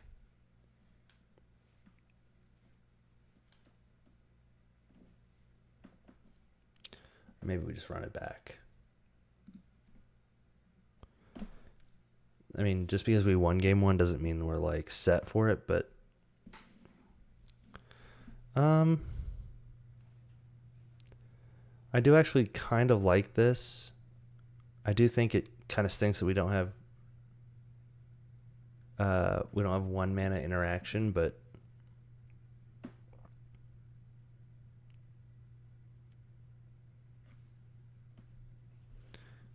let's see here.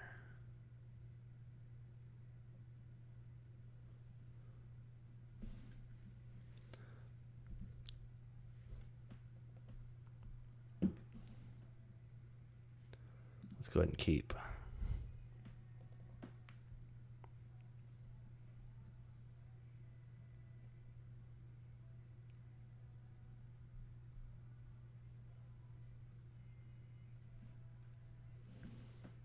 Okay. Wooded Foothills.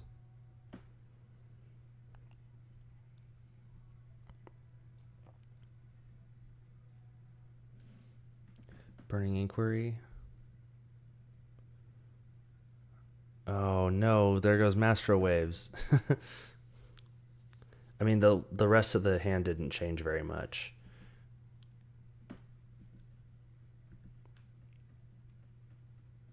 Actually, that might have been better, honestly, in the long run. Yeah, let's get Fairy Conclave down. I mean, I guess an island would have bluffed a... might have been able to bluff the Spell Pierce or anything like that, but whatever.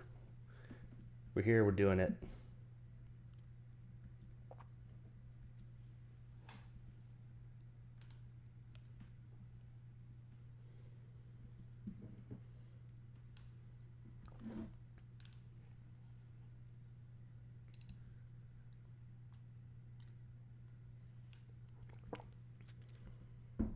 All right, well, they didn't hit it. I think we got there, boys. Oh, man, the Dismember was actually super good. I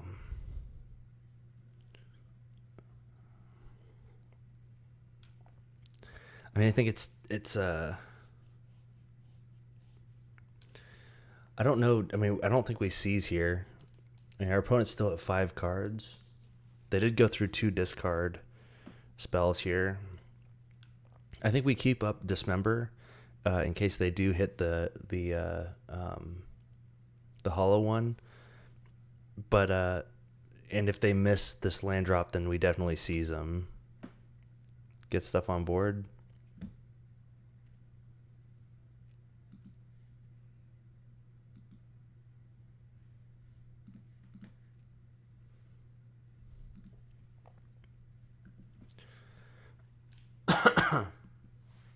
Because we can definitely reveal Silvergill Adept for sure. Oh, we got another Silvergill Adept. Neat.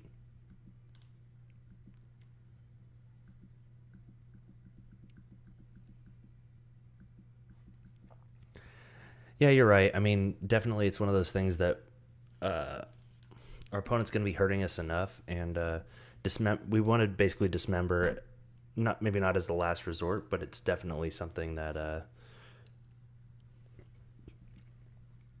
we're not like super hard up to keep up, I guess, if that makes sense. Probably doesn't, but that's fine. See if they... Ooh, they don't take the damage. That's interesting. Sure.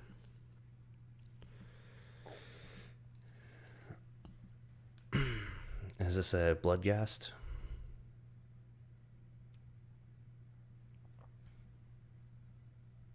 Tassiger. Well, there's a good Dismember target if I ever saw one.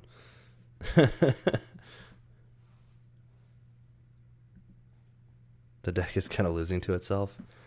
I would agree. I mean, I think right now what we can do is we can Dismember the Tassiger and kind of I mean, seize one of his lands. Start lording up. I guess he doesn't have the mana for Tassiger, so yeah, let's lord,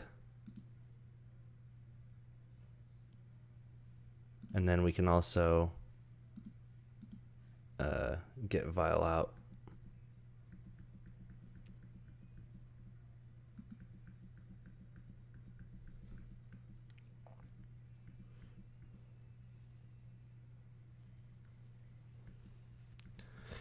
Yeah, we Tassiger does need to die, but he doesn't have the mana for Tassiger.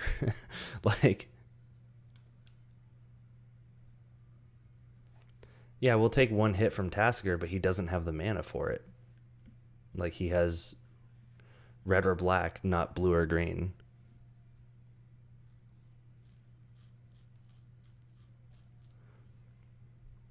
Yeah, I suppose. Oh, Collective Brutality.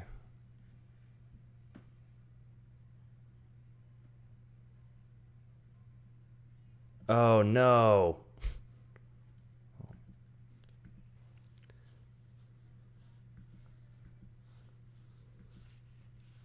I should have gone with just dismembering the Tassiger.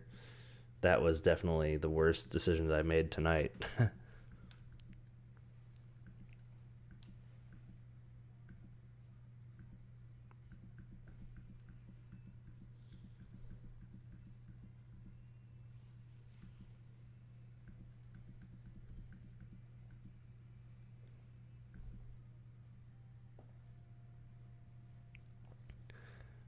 Well, I mean, at least we can bounce the Tasker now. But we could have been rid of the problem if I'd just not been dumb. That's definitely good.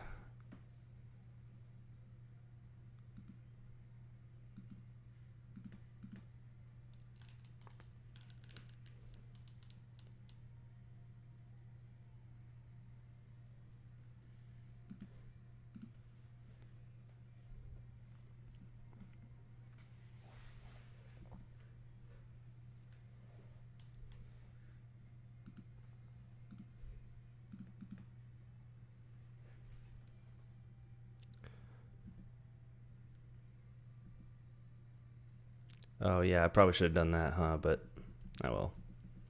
Here I am.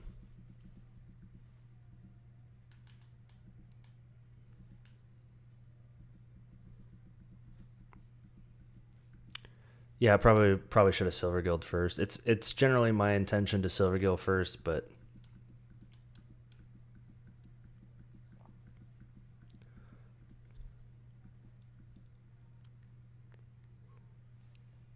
he also has to get rid of more of his graveyard if he wants the Tassiger again.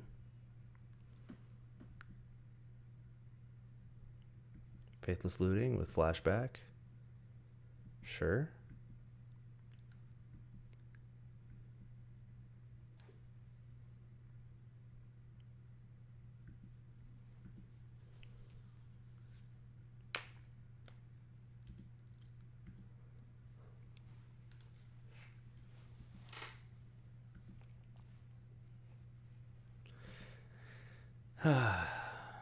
Let's see what our opponent does here. They've got no mana, and they've kind of. It looks like they've stopped. I mean, I'm not saying they've stopped, but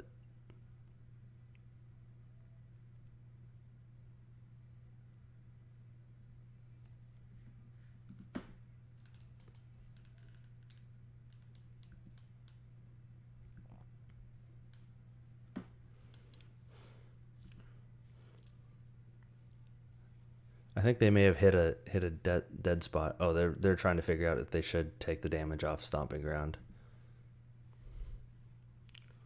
I mean, they could Tassiger now. I don't think Tassigering now really helps them though. They lose a bunch of damage and just take a bunch of damage off of us. Yeah, we're on the hope to get the Island Walk thing going here.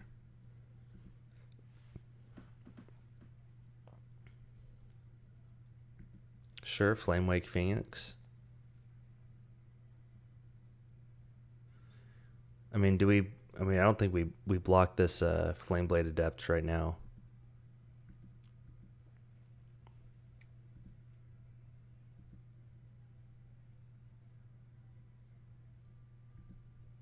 Island Walk Lord. Yes, so we're putting a counter on Aether Vial for sure. I mean, that's not the worst, but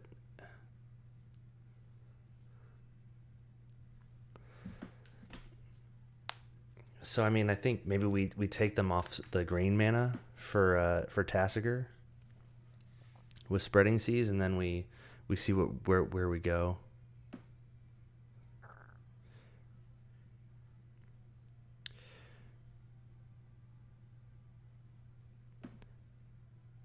Vial the Silver Gill. Oh.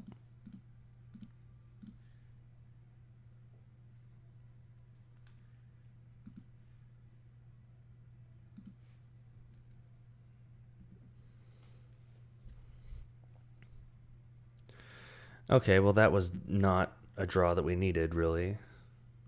But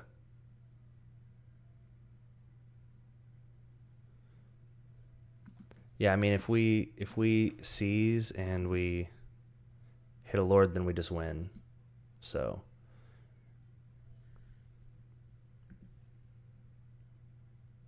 nope. uh, 3, 4, 5, 6, 7, 8. I mean, we're just short 2, and then I mean, we can't even get this last silver go into play. That was bad, definitely. I mean, what I think we do is we play the Mutavault. We attack with what we have. So we attack for 3, 4, 5, 6, 7, 8. Well, so we're getting in for 8. And then we can activate the Mutavault to block the Flame Wake Adepts. So they can pump it up with all those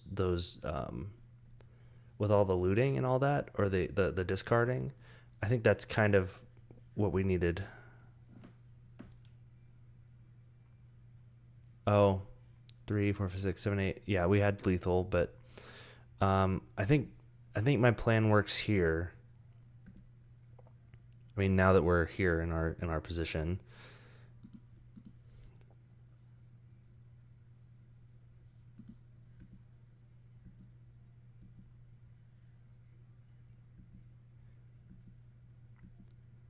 Yeah, we were definitely.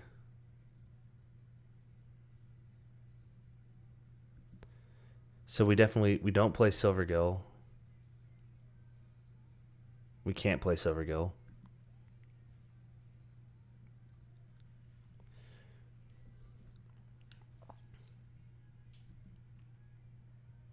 That's fine. Oh man, we drew Master of Waves.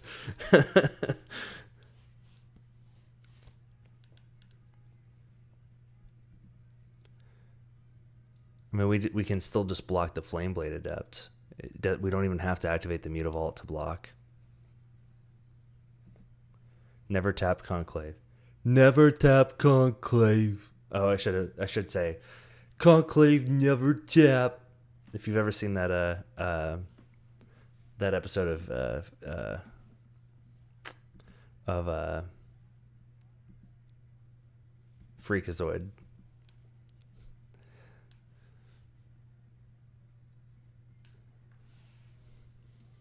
Always take the net. Gross is a fantasy. Okay, well that's still fine. They don't have lethal. Because he doesn't get any evasion.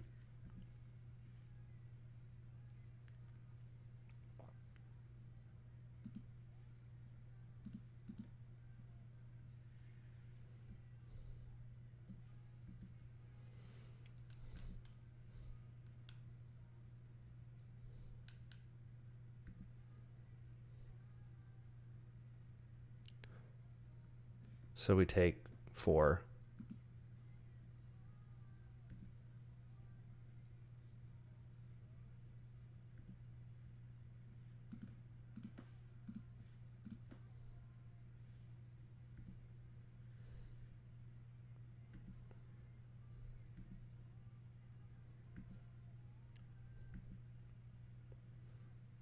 So then now we have lethal.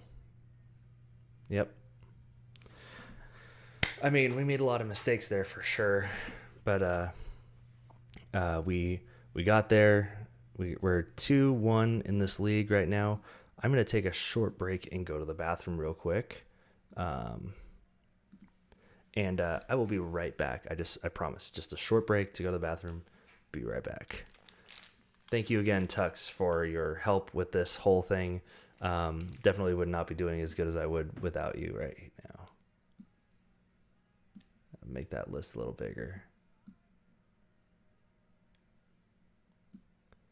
Sorry, player.me.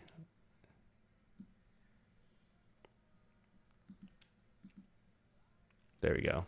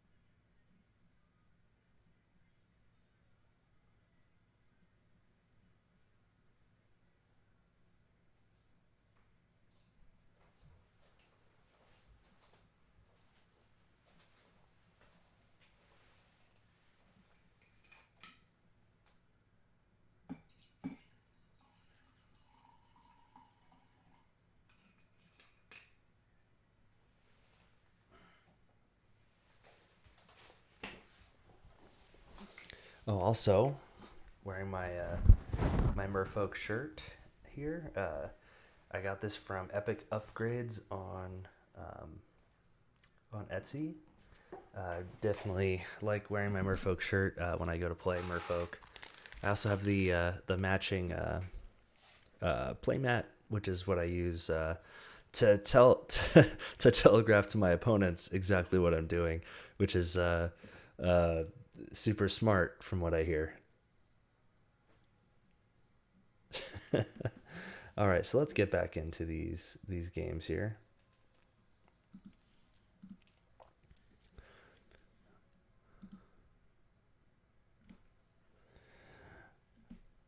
So again, thank you very much for following and watching here today. We're doing a little mono blue league. We are currently 2-1 in the league, which is pretty good considering the amount of times I've misplayed. Just looks like my opponents have misplayed more than I have. And basically, we are a Merfolk podcast, or I host the Merfolk podcast along with my buddy Matt, who is a very knowledgeable Magic player and is super helpful. Let's see here. How do I just change the? I'll just turn it off for now. And so we have a weekly podcast where we talk about Merfolk in all formats. We talk about Modern, Legacy, Commander. We even have an episode coming up here shortly about Pauper. Just kind of, we have a lot of fun, but we are also kind of informative. I'm honestly not feeling too bad about this hand. I mean, we're not doing anything turn one anyway, so we got the Fairy Conclave against Alt Brawl 083. Alt Brav. And I think this is fine. We this deck this hand has a lot of late game reach, which I like. So we're gonna go ahead and keep this. And I mean, we also have a draw. Oh, Tron. Okay, so maybe this isn't a good hand against Tron. Oh, they're spreading seas. Speak of the devil. That's a weird version of Tron that's running Chromatic Sphere. I guess they all run Chromatic Sphere. There's Ancient Stirrings. I'll get the tower and then... Oh, Sylvan Scrying, yeah. So then we just... There's the mine. That, to me, signals that he doesn't have double. Dismember's pretty good here. Depending on the version of Tron they're running. I think we seize the tower here.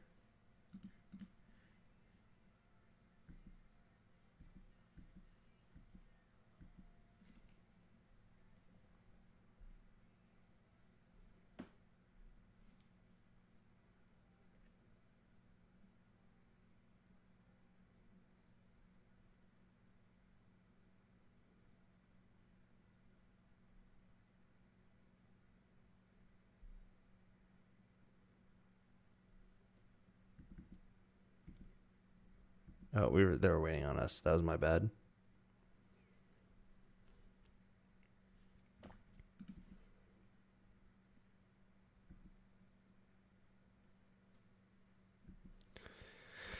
Yeah, I mean, you don't want to seize like super early, but I mean, they represented Tron. I mean, they could still have it for sure, but this puts them off another turn. So, and I mean, having two Master Waves, honestly, I'm kind of okay with that.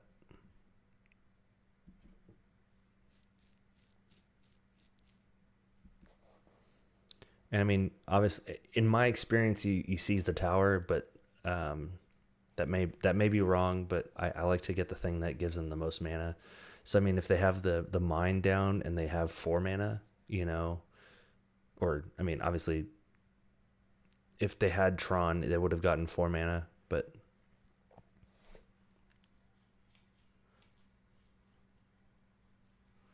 okay, well, Oblivion Stone is definitely something we have to deal with. I mean, basically, this just means we can't commit so much to the board. Oh, there's the...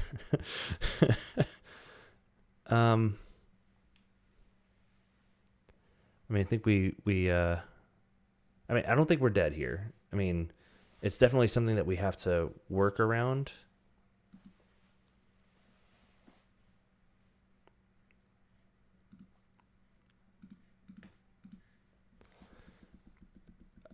I've beaten an Oblivion Stone before. For sure. For one, I mean, obviously they can get to Tron, but let's just hope they don't get to Tron. We've been super lucky so far compared to how we could be running. I definitely agree that Oblivion Stone is not an ideal game against our opponent here, but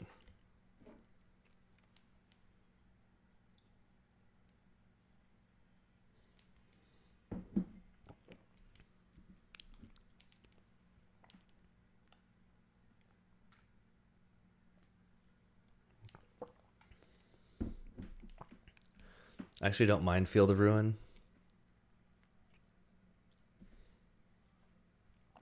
They're going to look for a forest.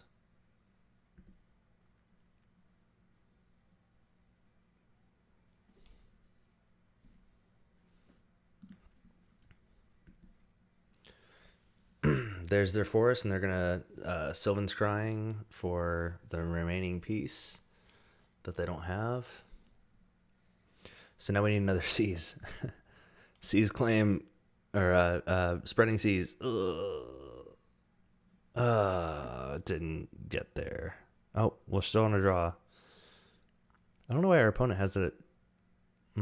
Yep, well. They have Tron for sure.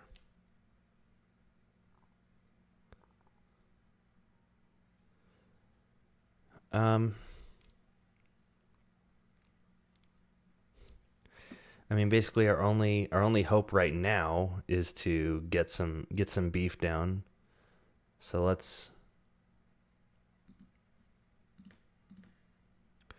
And I guess I should get in the habit of.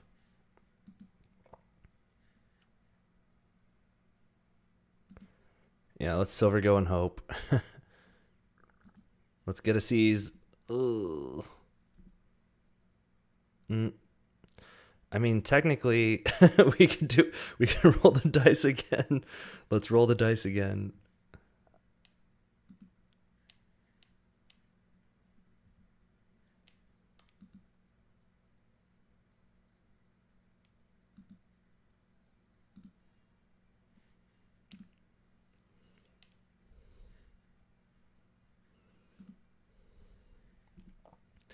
I mean, in case we get another Lord.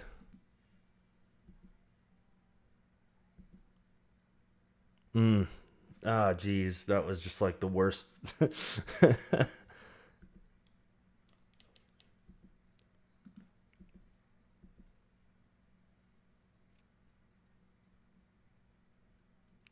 No, really, it is. I mean, at this point,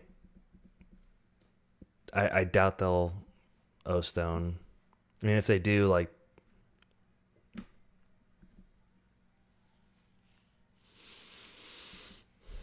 Well, let's see what they do with their. Oh, they just. I think that was a mistake. I think they clicked through their turn. Oh, Merfolk Trickster, really? Okay, well, let's see what we can do here. I mean, I think they're just baiting an Oblivion Stone. So I think we just need to attack.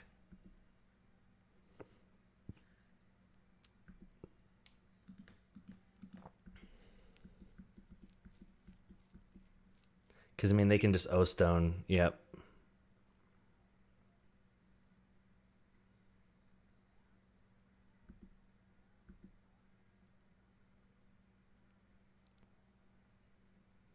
Oh, just get into this Muta? Oh, yep.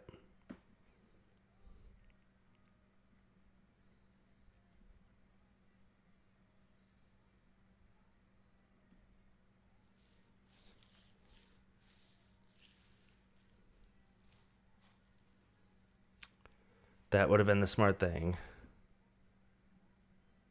Another O Stone? What is this?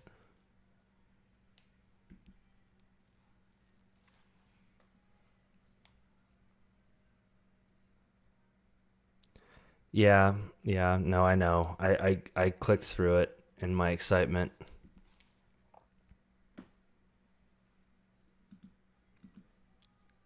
But what I think we can do here is we can. So I'm going to do this and then master waves and just kind of force them to Oblivion Stone. I know that sounds bad, but. Oh.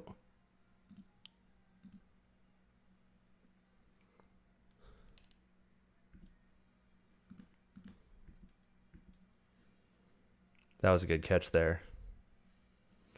Let's see, are they okay with taking 4?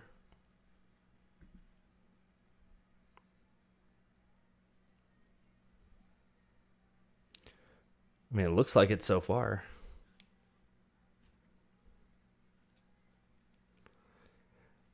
So it may have been foresight that I didn't play that Aether Vial.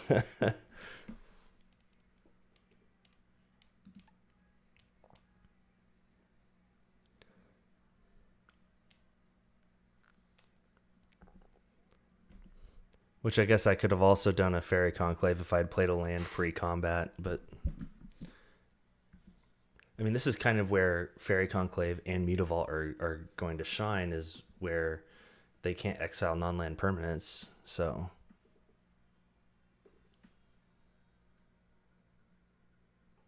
So target artifact, enchantment, or land, yeah. Okay, well...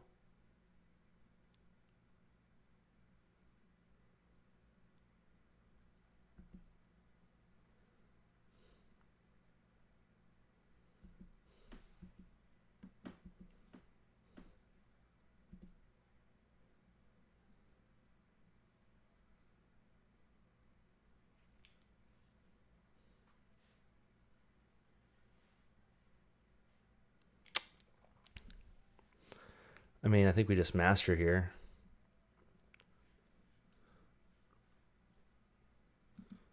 Maybe force a yeah, we're definitely closer to dead than not.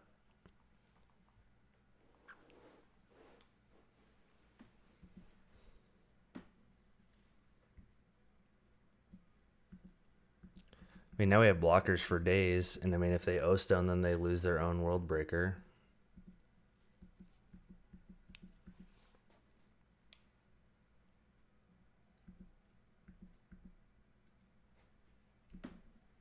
Oh, they put a fate counter on it. Okay.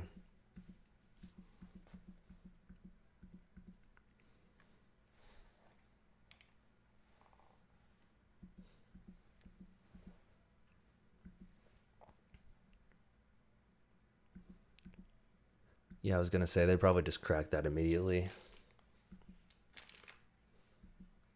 Oh, play another you just cycle through your deck, sure.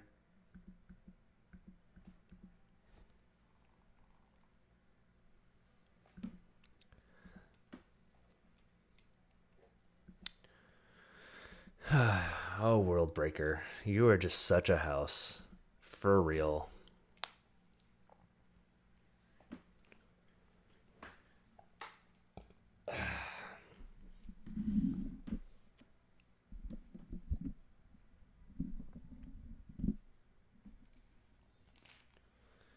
There's a Sylvan Scrying for sure. His third Sylvan Scrying, jeez. I mean, now he has basically 1 billion mana. Oh. Okay, so he's O-Stowing for sure. Remove the fate counter.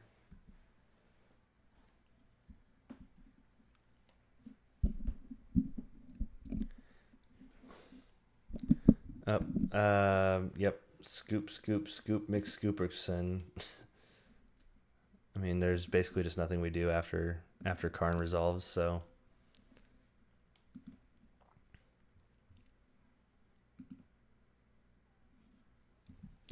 All right, so I think we definitely bring in Tech Edges here. Tech Edge just seems like a solid, and Deprives seem pretty solid as well.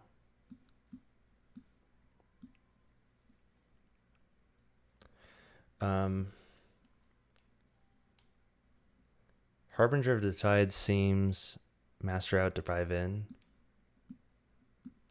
Yeah, I could see master being slow.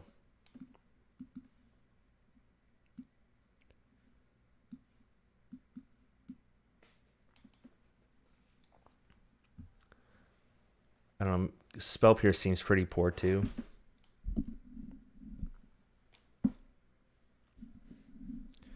That actually makes a lot more sense. I've got this boom arm. I might as well use it. I mean, I think maybe we cut a Harbinger here.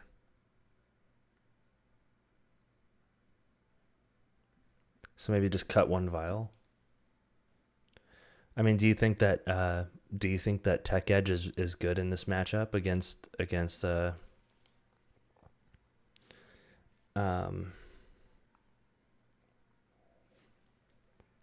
you think Tech Edge is important to bring in against this?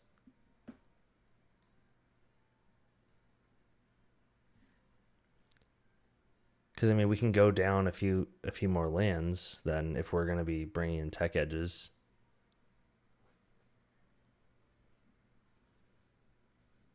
So I mean, maybe go down some islands for Tech Edges.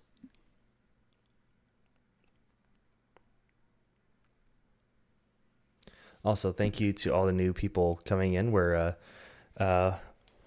getting the hang of C's plus Tech Edge means we force them to make 4+ land drops to get Tron online. Yeah.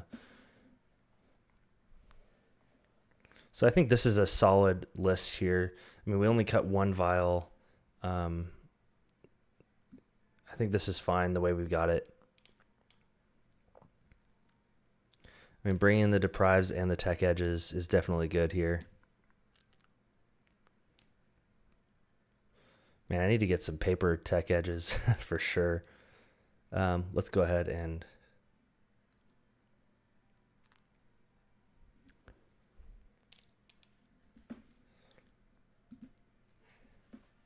all right. Game 2 against Tron. Let's see where we're at. I'm kind of okay with this because we can get Vile online, and having Deprive is good with the Fairy Conclave in the island. This seems fine because we can surprise him with the Tech Edges. We don't have to play out the tech Edges here. Let's keep this bad boy.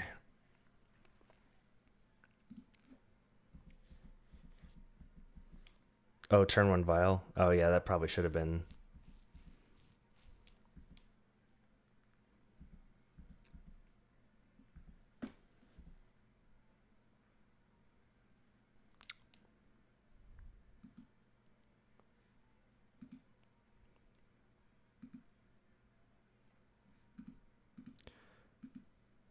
Fairy Conclave last. I'm learning something.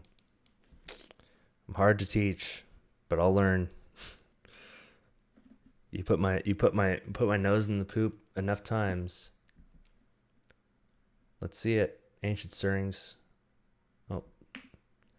Huh. I wonder if our opponent is like expected a Ancient Stirrings banning or something, because we have not seen.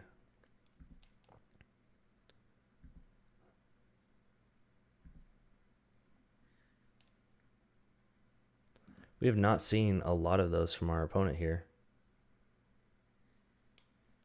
I mean, we just do Tech Edge here.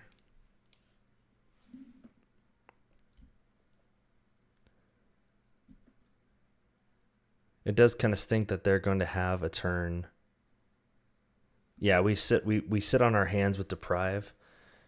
And I mean, we play the land,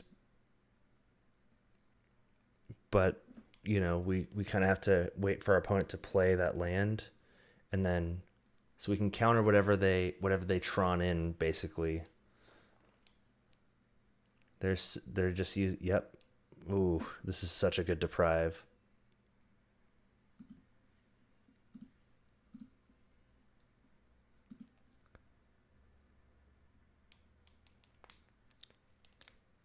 Yep, you're right, Tux. I mean, I should have definitely leaned on the island a little bit heavier, but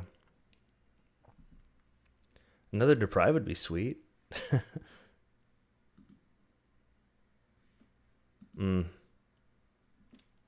I mean, honestly, against another Karn, Spell Pierce isn't terrible.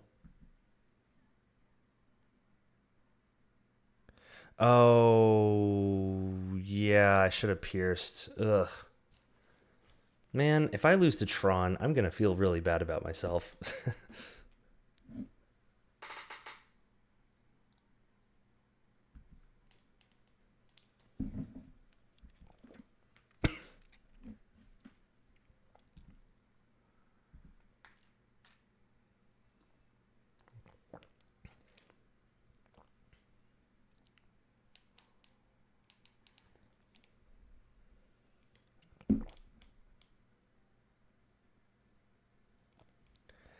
Yeah.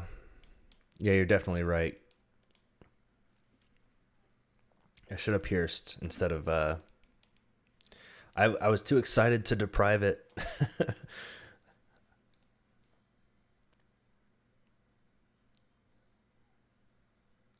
I mean, whatever this is. Oh, they can't get well, we can't pierce this too.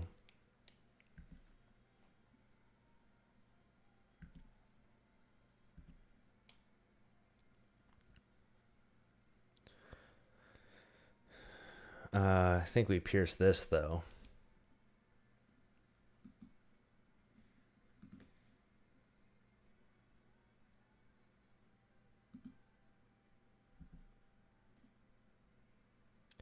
Yep, we definitely got punished because if we had pierced, then we could have deprived the Thrag Tusk and oh, and we didn't. Ugh, I am not on it right now for sure. And I mean, we're basically dead.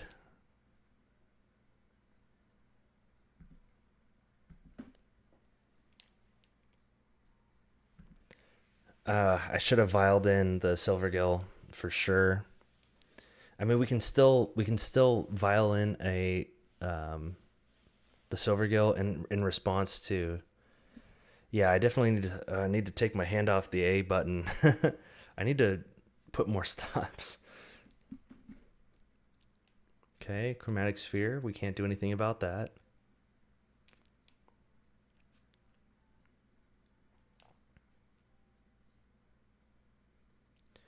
I definitely need to slow down. That's for sure. All right, got to plug in the old iPad so it doesn't die on me.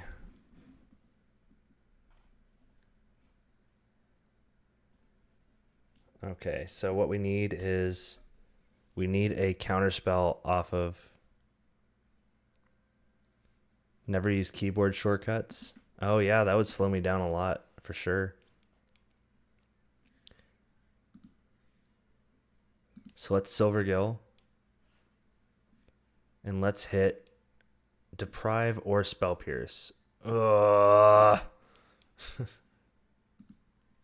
Well, we're definitely dead here.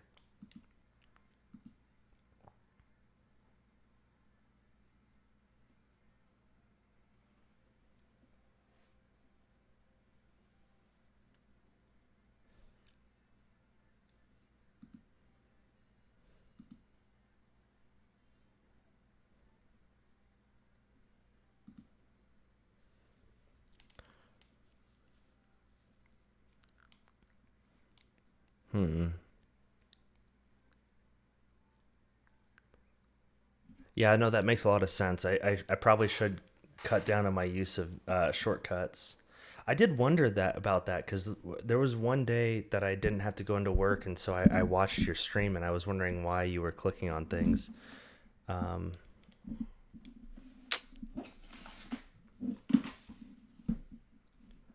let's see here.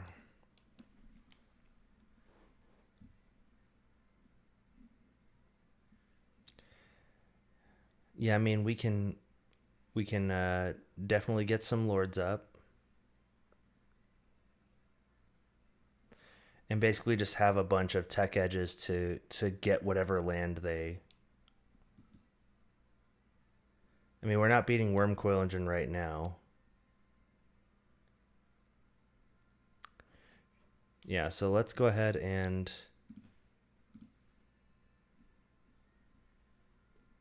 So we'll vial in a lord at end of turn and just keep up tech edge.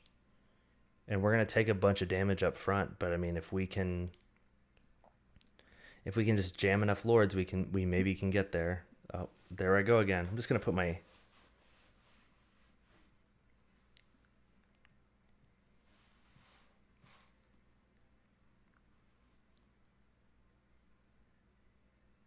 Oh, I should have tech edge there.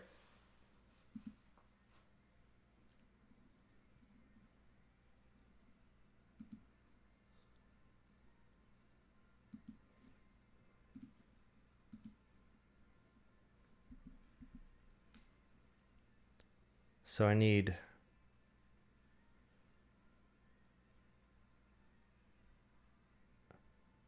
How do I stop that?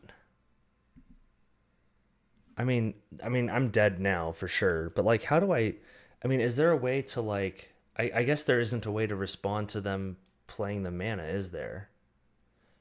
So maybe I should have gone for the other land, the Urza's Mine or the power plant to put them off of, um,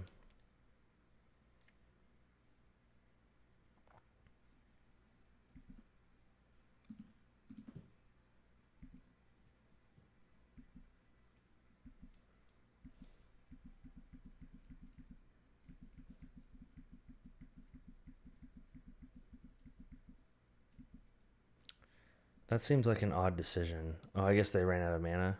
No, they just they could have. Yeah.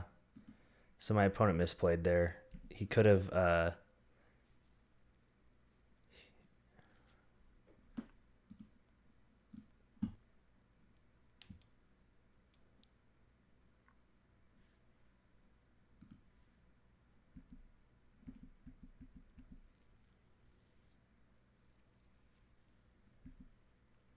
so I mean, would it be good to tech edge now because we're taking them off of Tron? I mean, we can't do it unless they have 4 lands.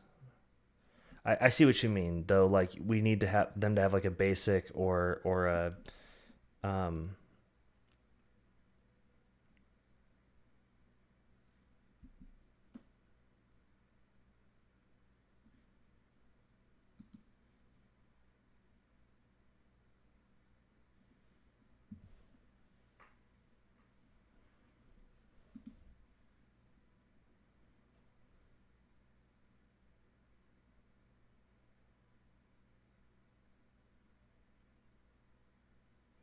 So I should have vialed. I should have used the vial to get the Lord in and force him to use Ballista more.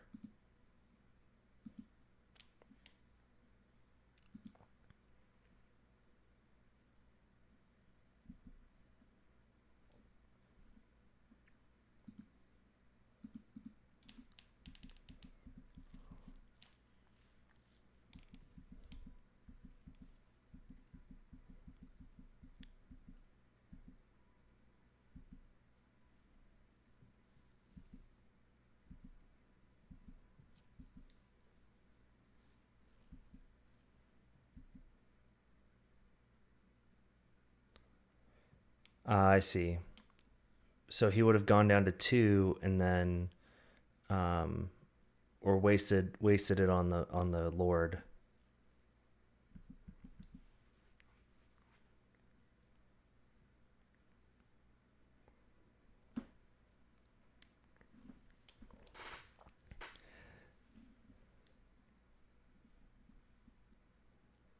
I mean, do we vial in response to him adding counters to Ballista?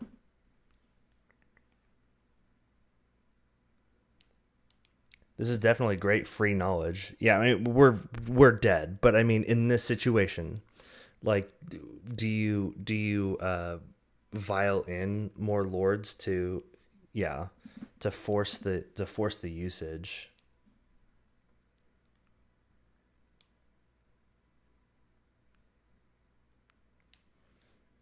Yeah, no, we're definitely dead for sure. But I want to use this as a learning experience because this is definitely important to be. You are going to be in the back, in the back seat. So this is forcing our opponent to go. Okay, well, I'm short on so 6. Yeah, so he has to waste a bunch of ballista and use up his mana a lot to keep this ballista alive if that's what he wants.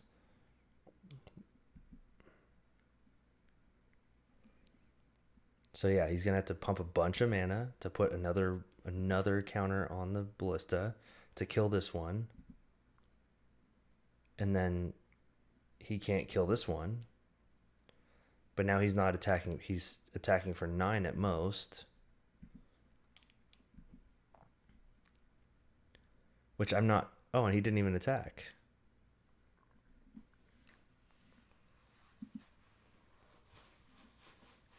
Yeah, I'm just gonna keep my hand in my pocket.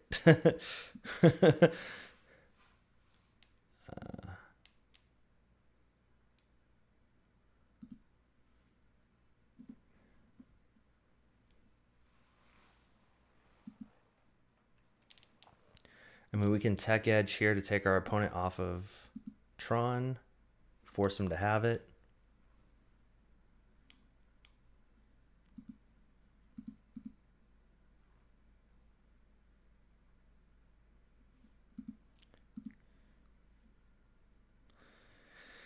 And just pray super hard. I mean, there's no getting out of this situation right now.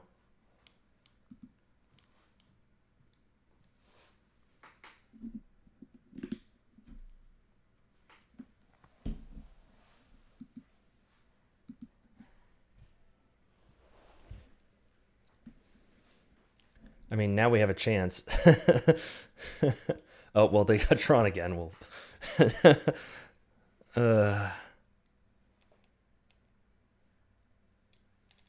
yeah, our chance is Harbinger based. I like that a lot. I don't like that they got Tron again. Hercules Recall? We don't run Hercules Recall, unfortunately. Yeah, Tron doing Tron things, unfortunately. We got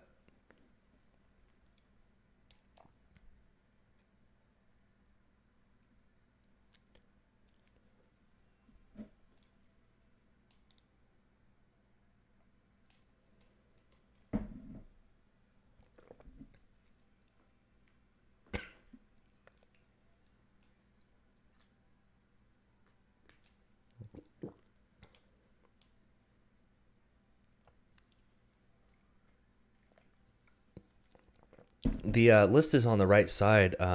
Atlantics, Atlantics, X. There's a lot going on in your username. I'm sorry. But yeah, it should be on the right side here that has the full list. Not that Hercules is a bad card, but it's just like there's other things that are better positioned than Hercules Recall right now. And not saying that Hercules Recall would be a bad card in this situation. But honestly, our opponent isn't in the best of spots. Like, they're definitely in a better position than we are.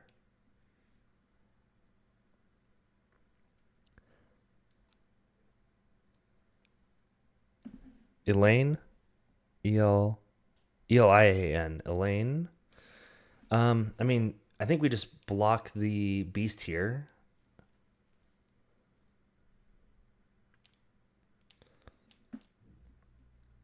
I don't know why he's attacking with the beast. Oh, so he can ballista. That's what he's doing. I mean, do we double block the worm coil in this situation?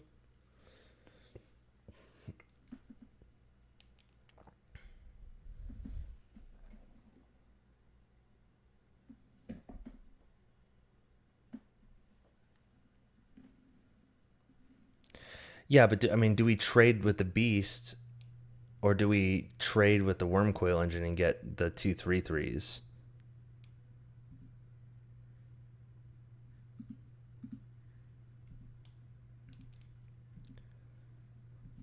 But then, yeah, that goes down to a 1/1. I mean, the worm coil engine is the last thing we want to interact with because, I mean, once we draw a harbinger, then that gets rid of it. Yep.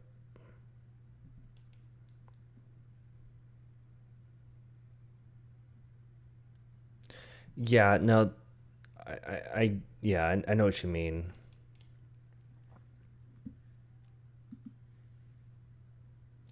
Deprive is good. I mean, do we just attack here? Like,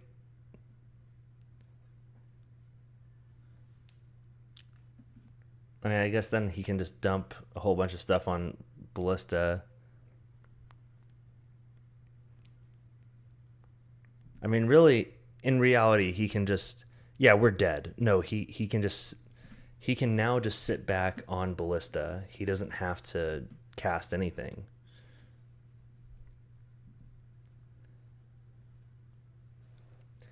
Unless our opponent misclicks again.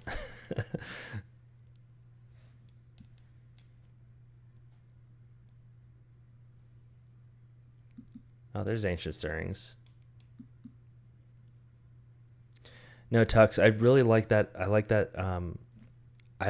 that advice you gave me of not of not using keyboard shortcuts, because actually there have been a lot of times where I've Urza's Tower entered the revealed cards. Yeah.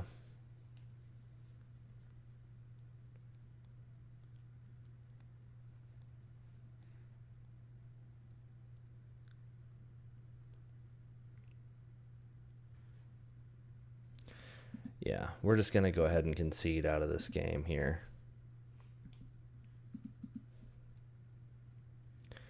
All right, so we're 2-2. Let's make this a winning league, 3-2. I mean, winning, quote unquote. Fall victim to the F6. Yeah, no, I agree. And I mean, I've got A set to okay. I don't often F6, which is kind of my conceit to that, was like, oh well, I'm not just skipping my turn. I'm individually, but you're right. Like, it's the same thing. Uh-oh, Slippery 39. Mr. Slippery. All right. Well, we're on the play. Hey, Petrify, thank you so much for following and being a part of the shoal here. Ooh, this is going to be a rough one. I mean, we do have turn one Vial. That's definitely something interesting. Maybe Petrify, maybe you can weigh in and let us know what we should do here. I don't know if this is keepable. I mean, we have Dismember main, but we don't know what our opponents got going on. I do like having a Spell Pierce. I think this is fine. Autopilot inappropriate, and I can't. Swimmy dude. Oh man, Sneep. We got Swimmy Dude in the pool now. Thank you so much, Swimmy Dude, for following us. Thank you for joining up and becoming a fish in the shoal. We definitely appreciate it. I think we keep this. I'm just gonna keep, because we get the turn one Vial, and then we still have Spell Pierce or Dismember. Oh man, our opponent mulliganed to 6. Oh man, Mr. Slippery. I definitely appreciate Petrify and Swimmy Dude for following. Thank you so much. I definitely have really great people that follow me. Like, I have not seen a lot of negativity. I've seen a lot of negativity in Twitch streams and all that, and YouTube and all that. And I've gotten incredibly lucky in that just the people that follow me for some reason are super constructive. And I know it's because you guys are part of the and I just did it. I know that you guys are part of the Merfolk community, and you guys just want everybody to get better. So thank you so much. Oh man, are we playing Hollow One again? I mean, this isn't bad against Hollow One, I guess. And I guess we're experienced against Hollow One. We've had the recent we've had the play Naya Burn. What are you doing here? No, I appreciate you being here anyway. If you're here to support Me and my oh yeah, Nikachu is great. I enjoy watching Nikachu's. Um, what is this deck? Endless one. Okay. Vengevine. Oh, he's just casting it to get Vengevine out and bridge from. Okay, yeah. Well, this will be an interesting matchup. Yep, casting Hangerback Walker for nothing.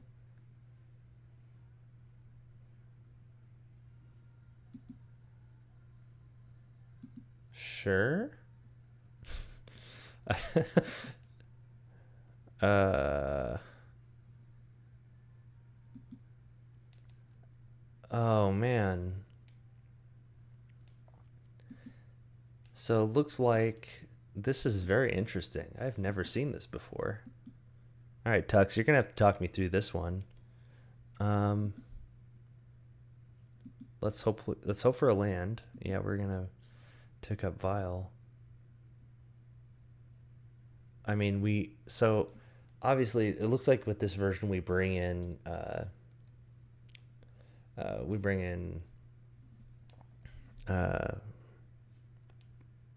Relic, but I mean, what are we doing here in the short term?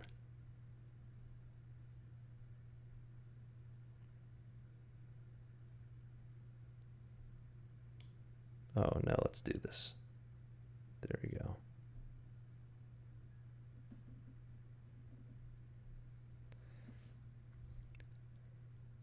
More explosive, less resilient, dismember if he doesn't do anything.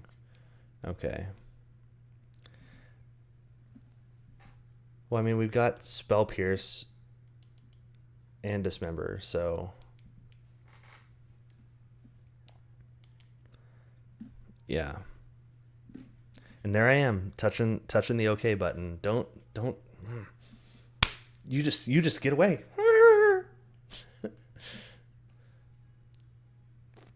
Sorry if I get a little silly every once in a while. I drink a little too much happy juice, and there I go, getting silly.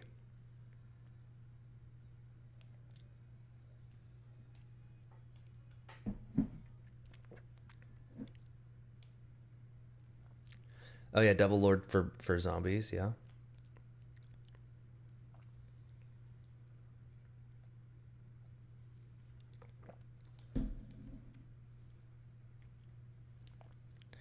Yeah, unfortunately, there's no way we're drawing. Okay.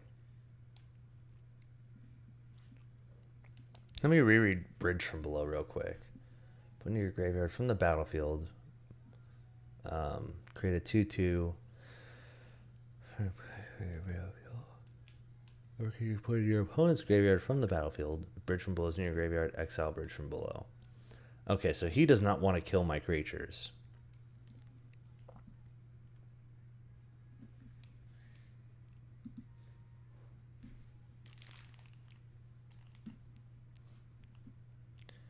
I mean, I don't see any benefit to killing the Vengevine just yet.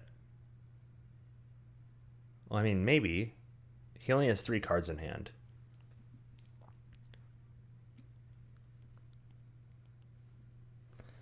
I mean, killing the Vengevine doesn't seem too bad because, like, what are the chances that he has 2 creatures? Well, I guess 1 more creature. It's 4 damage. Yeah, that's true. So we'll just wait till we're sure that he has nothing.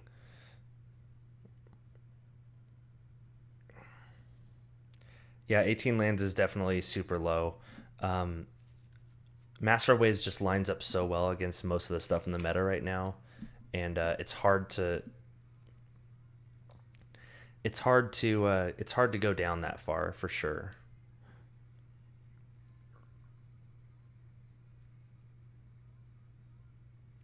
$18 lands is super greedy, even in like, I mean, burn lists don't run 18 lands as far as I know. I mean, I'm not. Okay, yeah.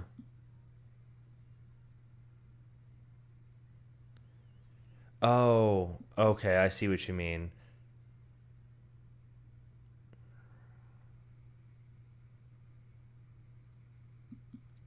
Okay. For a deck that has many...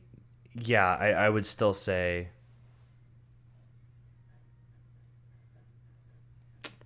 I think we're done here, but I think we have a chance to come back. We have lots of good sideboard cards. Yeah, no, you're right. I should have...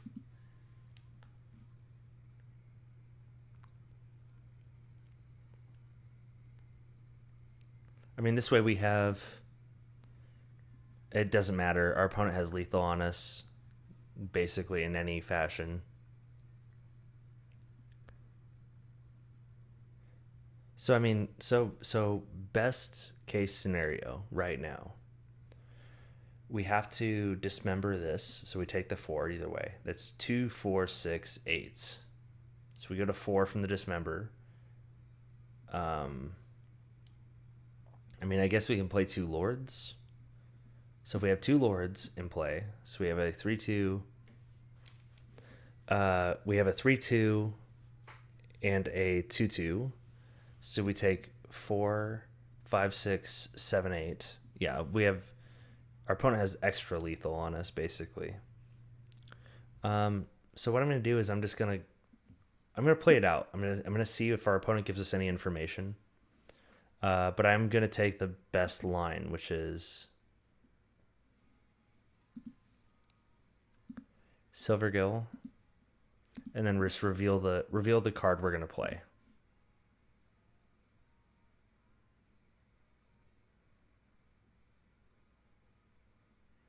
I don't think we can't not die.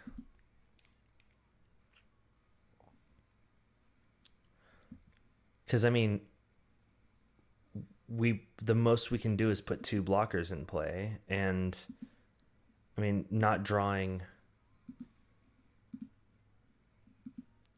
It doesn't really even matter what 2 creatures we put in play. So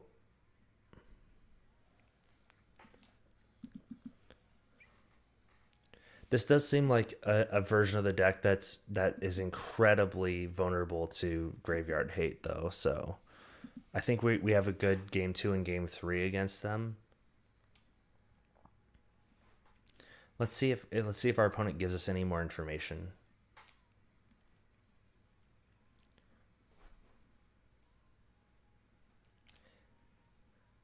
Oh, geez, yeah. Well, this is definitely the last match for the night, but I definitely appreciate everybody showing up. I mean, we were up to 12, 14 people, which is crazy for me. It's crazy for this channel anyway. They can only do 6 damage. That's not true. Well, I guess yeah. But we have to block the Vengevine, which basically does nothing for us.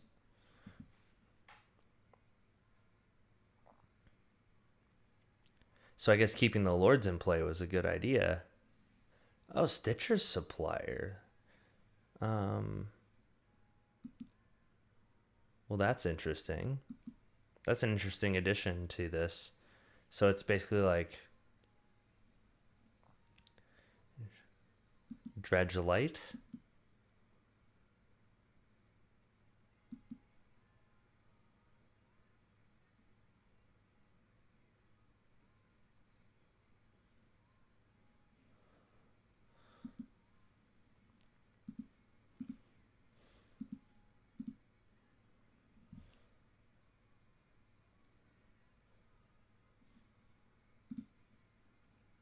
I mean, do we kill one of the tokens here?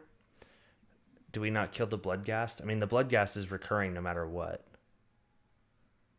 I guess, because I mean, if we kill the zombie, then he's not getting another zombie back.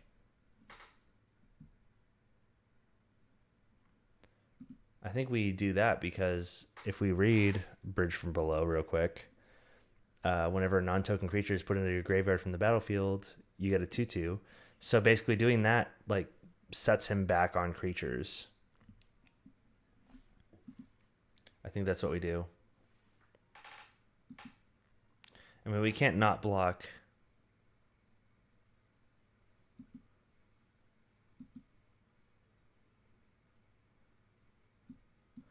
And he no longer has Bridge from Below.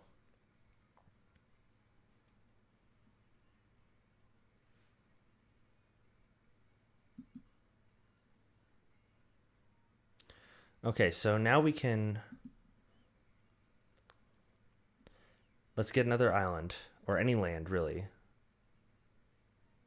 Ugh, Spell Pierce. I mean, so we could... I mean, we're still super dead.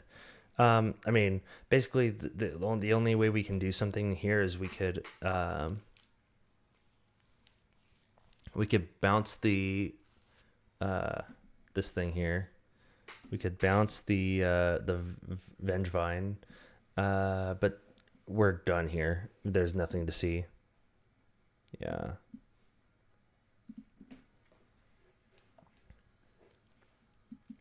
All right, Mr. Slippery, you got game one. So what we're going to definitely bring in here is Relic of Progenitus. 4 of Relic is going to be just super dumb. To me, Spell Pierce seems pretty weak. I mean, it seems like a pretty creature-centric deck. And I think we could just, like, straight cut Spell Pierce.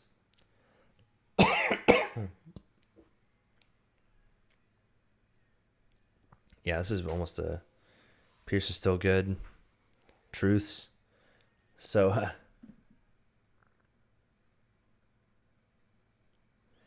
oh, no problem swimming, dude. You keep swimming. If you're a part of the show, we definitely like having you around. So, glad to have you in the group. Oh, yeah.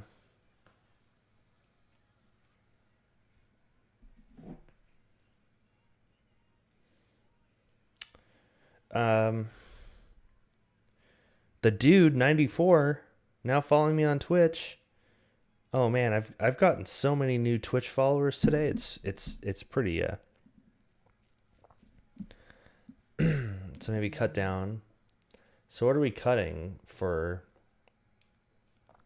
I mean, maybe Harbinger.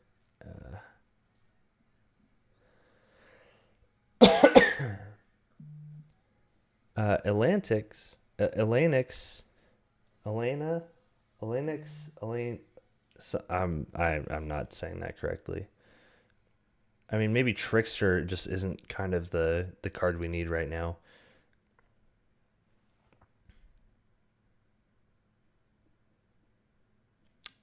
Okay, we're short on time. Dismember is definitely too good to not bring in, I think.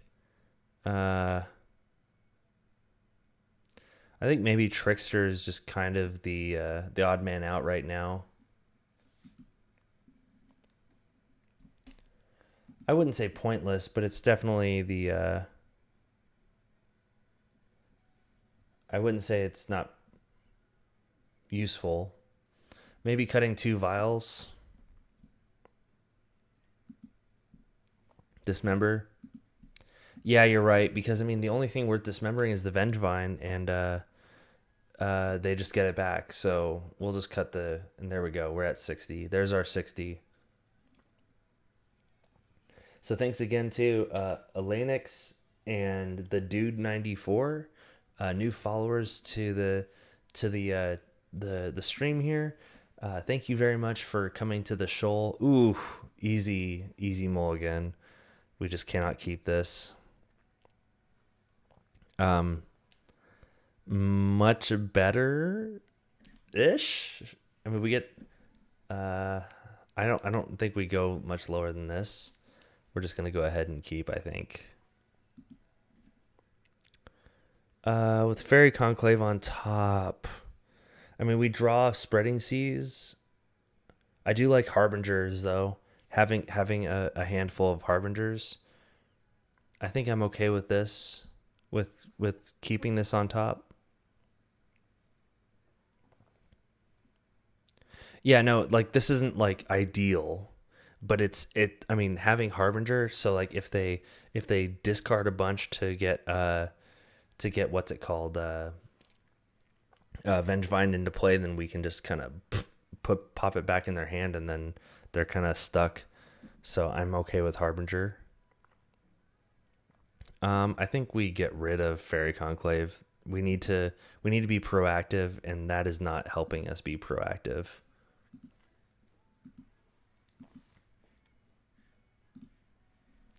Oh yeah, let's close this out.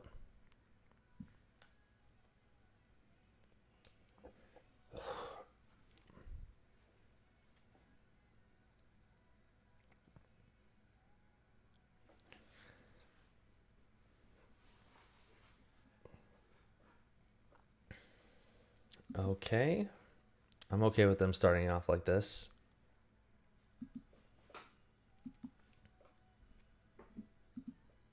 Oh, wow. Okay. Oh, geez, another Harbinger? Sure. I mean, do we seize this now? Do you think we just seize this up, or do we... I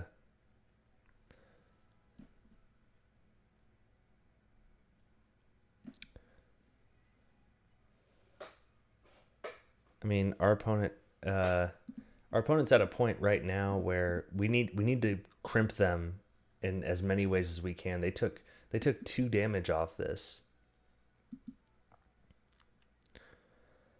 Yeah, that's what I was thinking. Was just their turn 2 is definitely with this version of the deck, at least they're kind of hoping to get as fast of a turn off as possible, and if we shut them off mana, then that's as good as things can get. I mean, it doesn't keep them off of like they discarded Vengevine. So it looks like they're gonna ditch some creatures this turn, which is fine.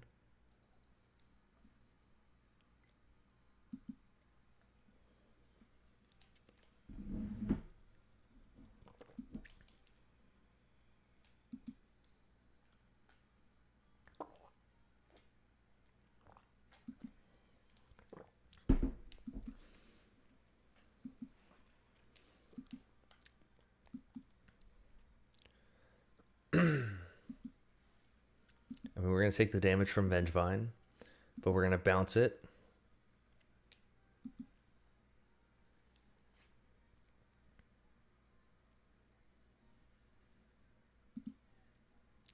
Well, yeah, of course they're casting it for 0.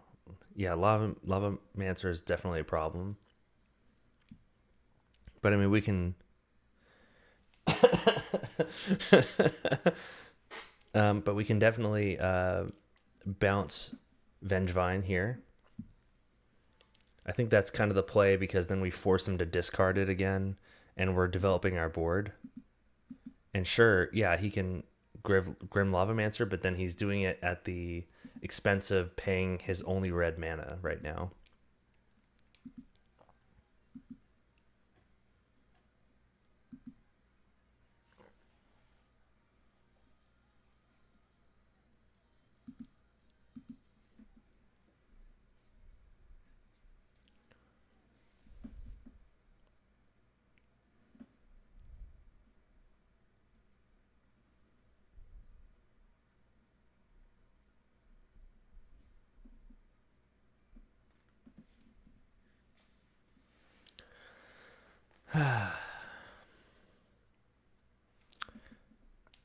I like it when my opponent burns their own stack.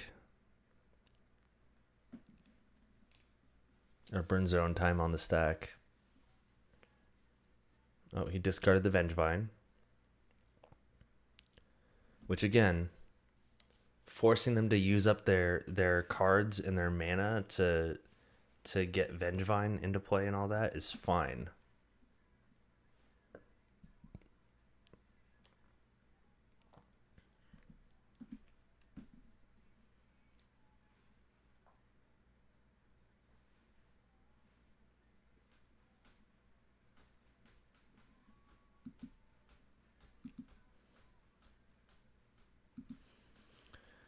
Didn't even get there. I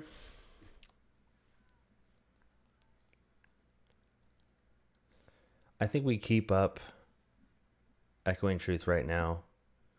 I mean, the only question is, do we attack?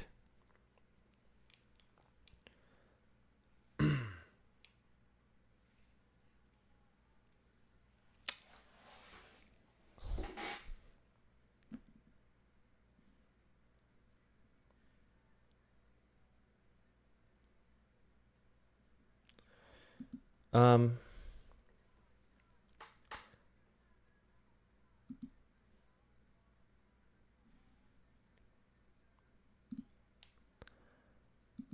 yeah, let's go ahead and Silvergill, because if we get another land, then we are in position to Harbinger or Echoing Truth. Well, Echoing Truth, really. ABA, always be advancing. There we go. We got there, team. So we are set in case that that Vengevine comes back. We can just bounce it back to their hand, and yeah, he's trying to get us down for sure. That's fine. If he spends his turn, oh, okay. Well, yeah, I guess the lords are kind of more common. I guess my reasoning for revealing the Harbinger was just having the multiples.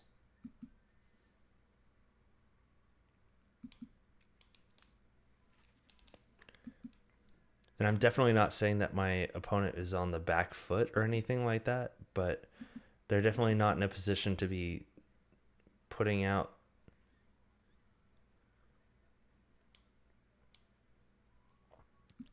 Yeah, Harbinger's a trick. We definitely don't want to be revealing our tricks for sure. That's definitely the correct way to be putting that.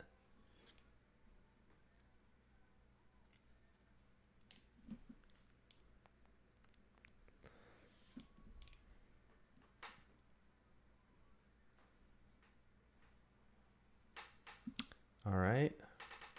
Let's see what our opponent does here with this Faithless Looting. They're probably just feeding Grim Lavamancer for sure. At some point, I mean, having Echoing Truth is definitely good against Grim Lavamancer.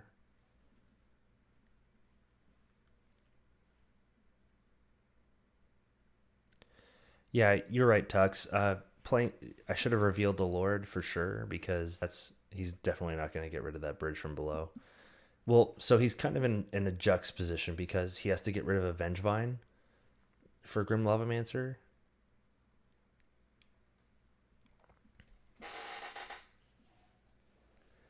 Oh.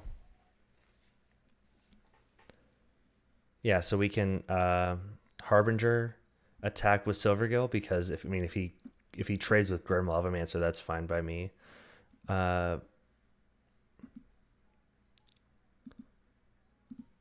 Which I think is a fine trade.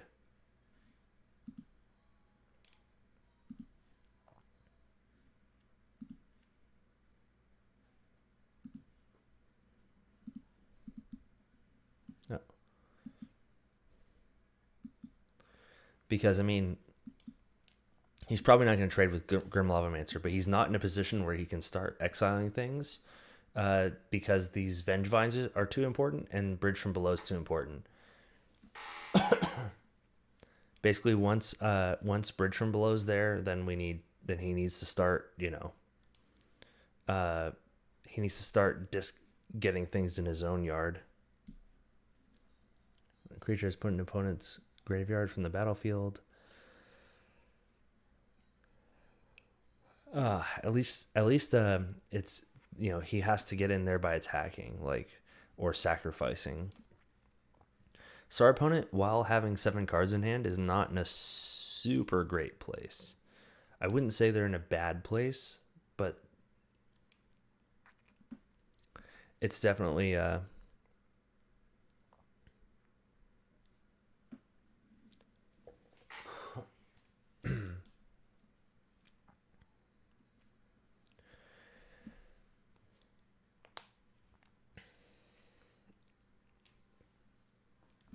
right. Tapped land for our opponent, which is good for us.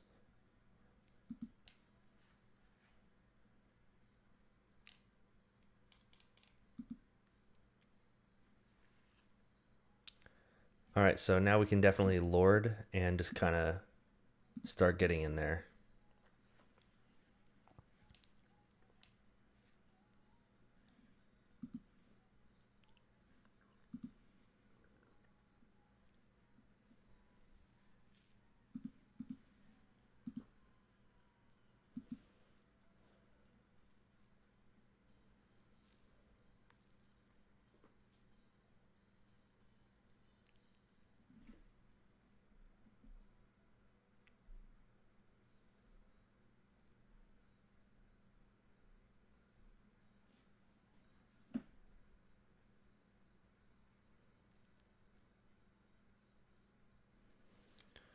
Let's see what our opponent's doing here.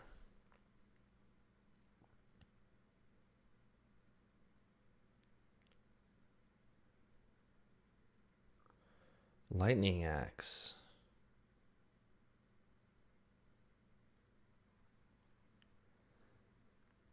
All right. Well, this is definitely an interesting position that we find ourselves in. I mean, do we is this Lord worth spell piercing, or is this echoing truthing back to our hands? I mean, I double pierce.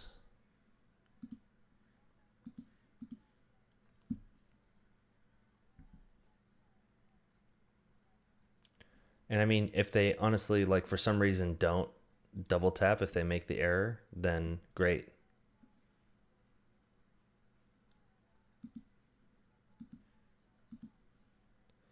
Yeah, we definitely need to get damage started going down their throats.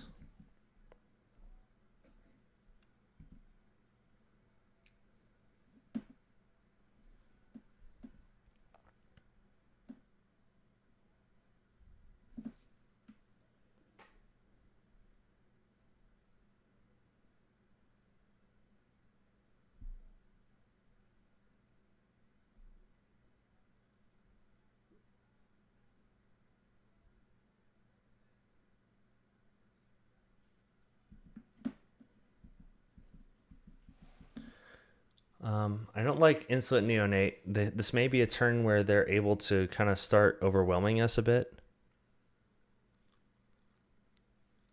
But, I mean, if they do get Echoing Truth out, or sorry, if they do get Vengevine, then we can E-Truth and really get them. Like, for sure, like, put those back in the hand for the rest of the turn. Yeah. Oh man, they're getting 3 Vengevines? Are there 3 Vengevines in his graveyard? Jeez.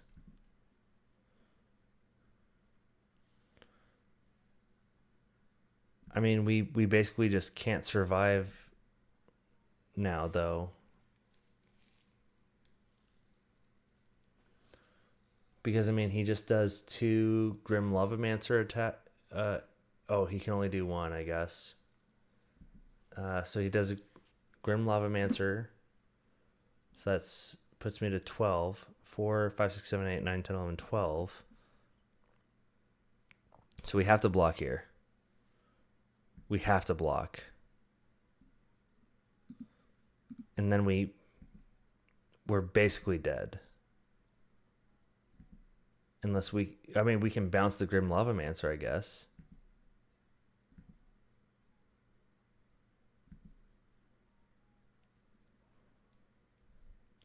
No, I mean, we definitely can't effectively block Vengevine, for sure. So then if he Grim Lavamancers...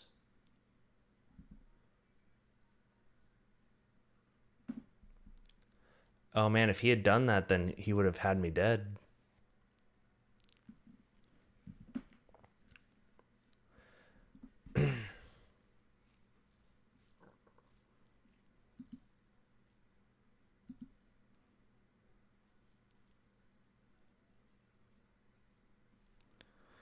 I mean, now we basically just Echoing Truth on their attack.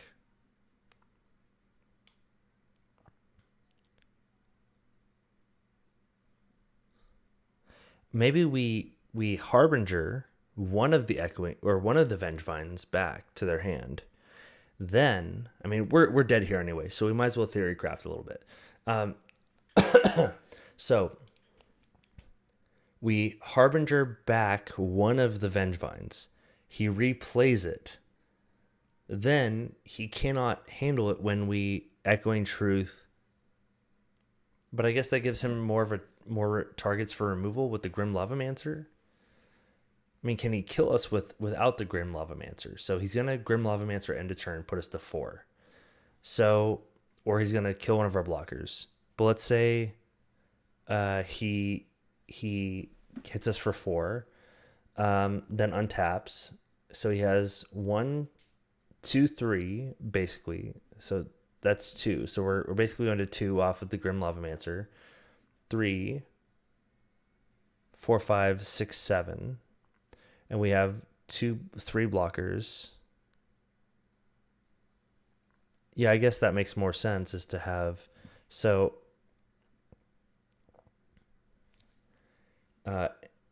when they attack, yeah, we can live if we can live it if you call that living.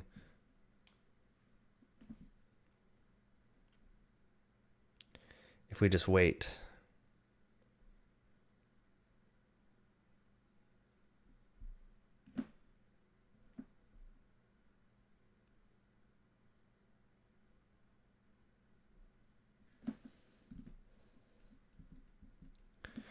I still think we're super dead. Double Bolt Incorporated. Well, yeah, but I just mean like we're in a situation where we're likely to not. I think 80% to not get out of this. Unfortunately, I think we had a good sideboard game against them, but just nothing came up. Their draws were a lot better. I honestly don't think we made crazy mistakes this. Yeah. Okay. Yeah. So basically, like, it was either they were going to kill. There's so many ways for this to go wrong for us, basically.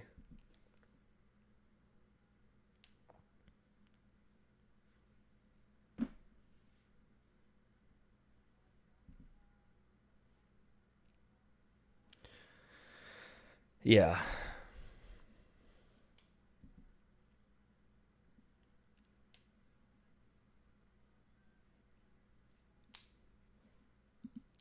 So, we activate Mutavault, right?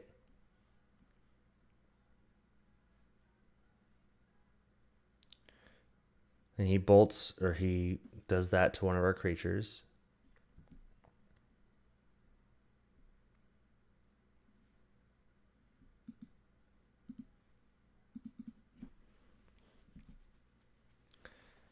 And Echoing Truth does help out a lot.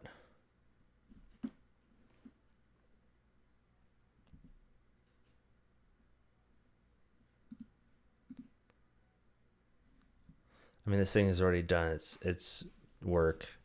So we're going to get the 2/2.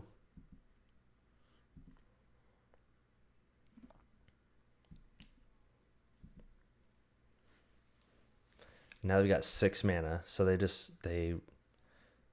they can't replay a Vengevine with the mana colors they have in play. I guess they could have. Oh yeah, they just replay something else. They discarded the Vengevine, so yeah, Viscera Seer seems good.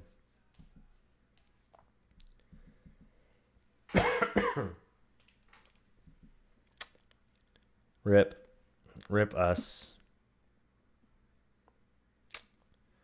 GG. Tap, concede. Oh. Well, it was a good game, guys and ladies. Thank you for joining me in this. We got half a league worth of entry back for our trouble. Thank you very much for coming by and watching me suck terribly at the stream here. I definitely do appreciate you guys, Tuxdev, especially for coming by and coaching me. Let's see here. We've got new followers here on the channel. Let me take a sip of my water so I don't die.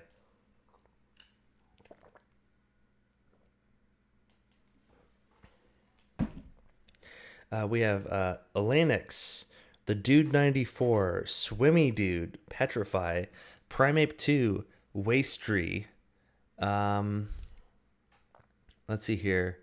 Earlier we had Technomage and Mr. Bevers. So thank you very much to everybody for following and joining me on this little pretty unfortunate, yeah. It's one of those things that happens. Thank you so much for stopping by to hang out with me. I'm going to likely go to sleep because it's a little late for me here, 3 a.m. But thank you so much for stopping by and playing some Merfolk with me. Thank you again. Follow us on all the social media. I'm sorry, down here now. I'm learning the new layout. We're on Twitter, Instagram, Facebook as FishcastMTG. Have lots of discussions in the subreddit, the Merfolk subreddit.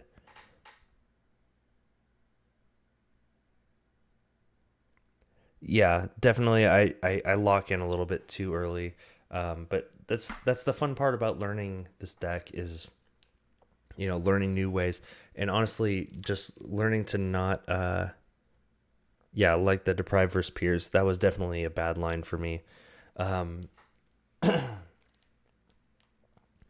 I am working on it. We're all working on it. We're all becoming better. We're all learning from this experience. So thank you very much for coming. Check us out on Twitter, Instagram, Facebook is at FishcastMTG. We're a weekly podcast that talks about Merfolk. Check us out every Thursday on YouTube, on Apple Podcasts, on Google Play,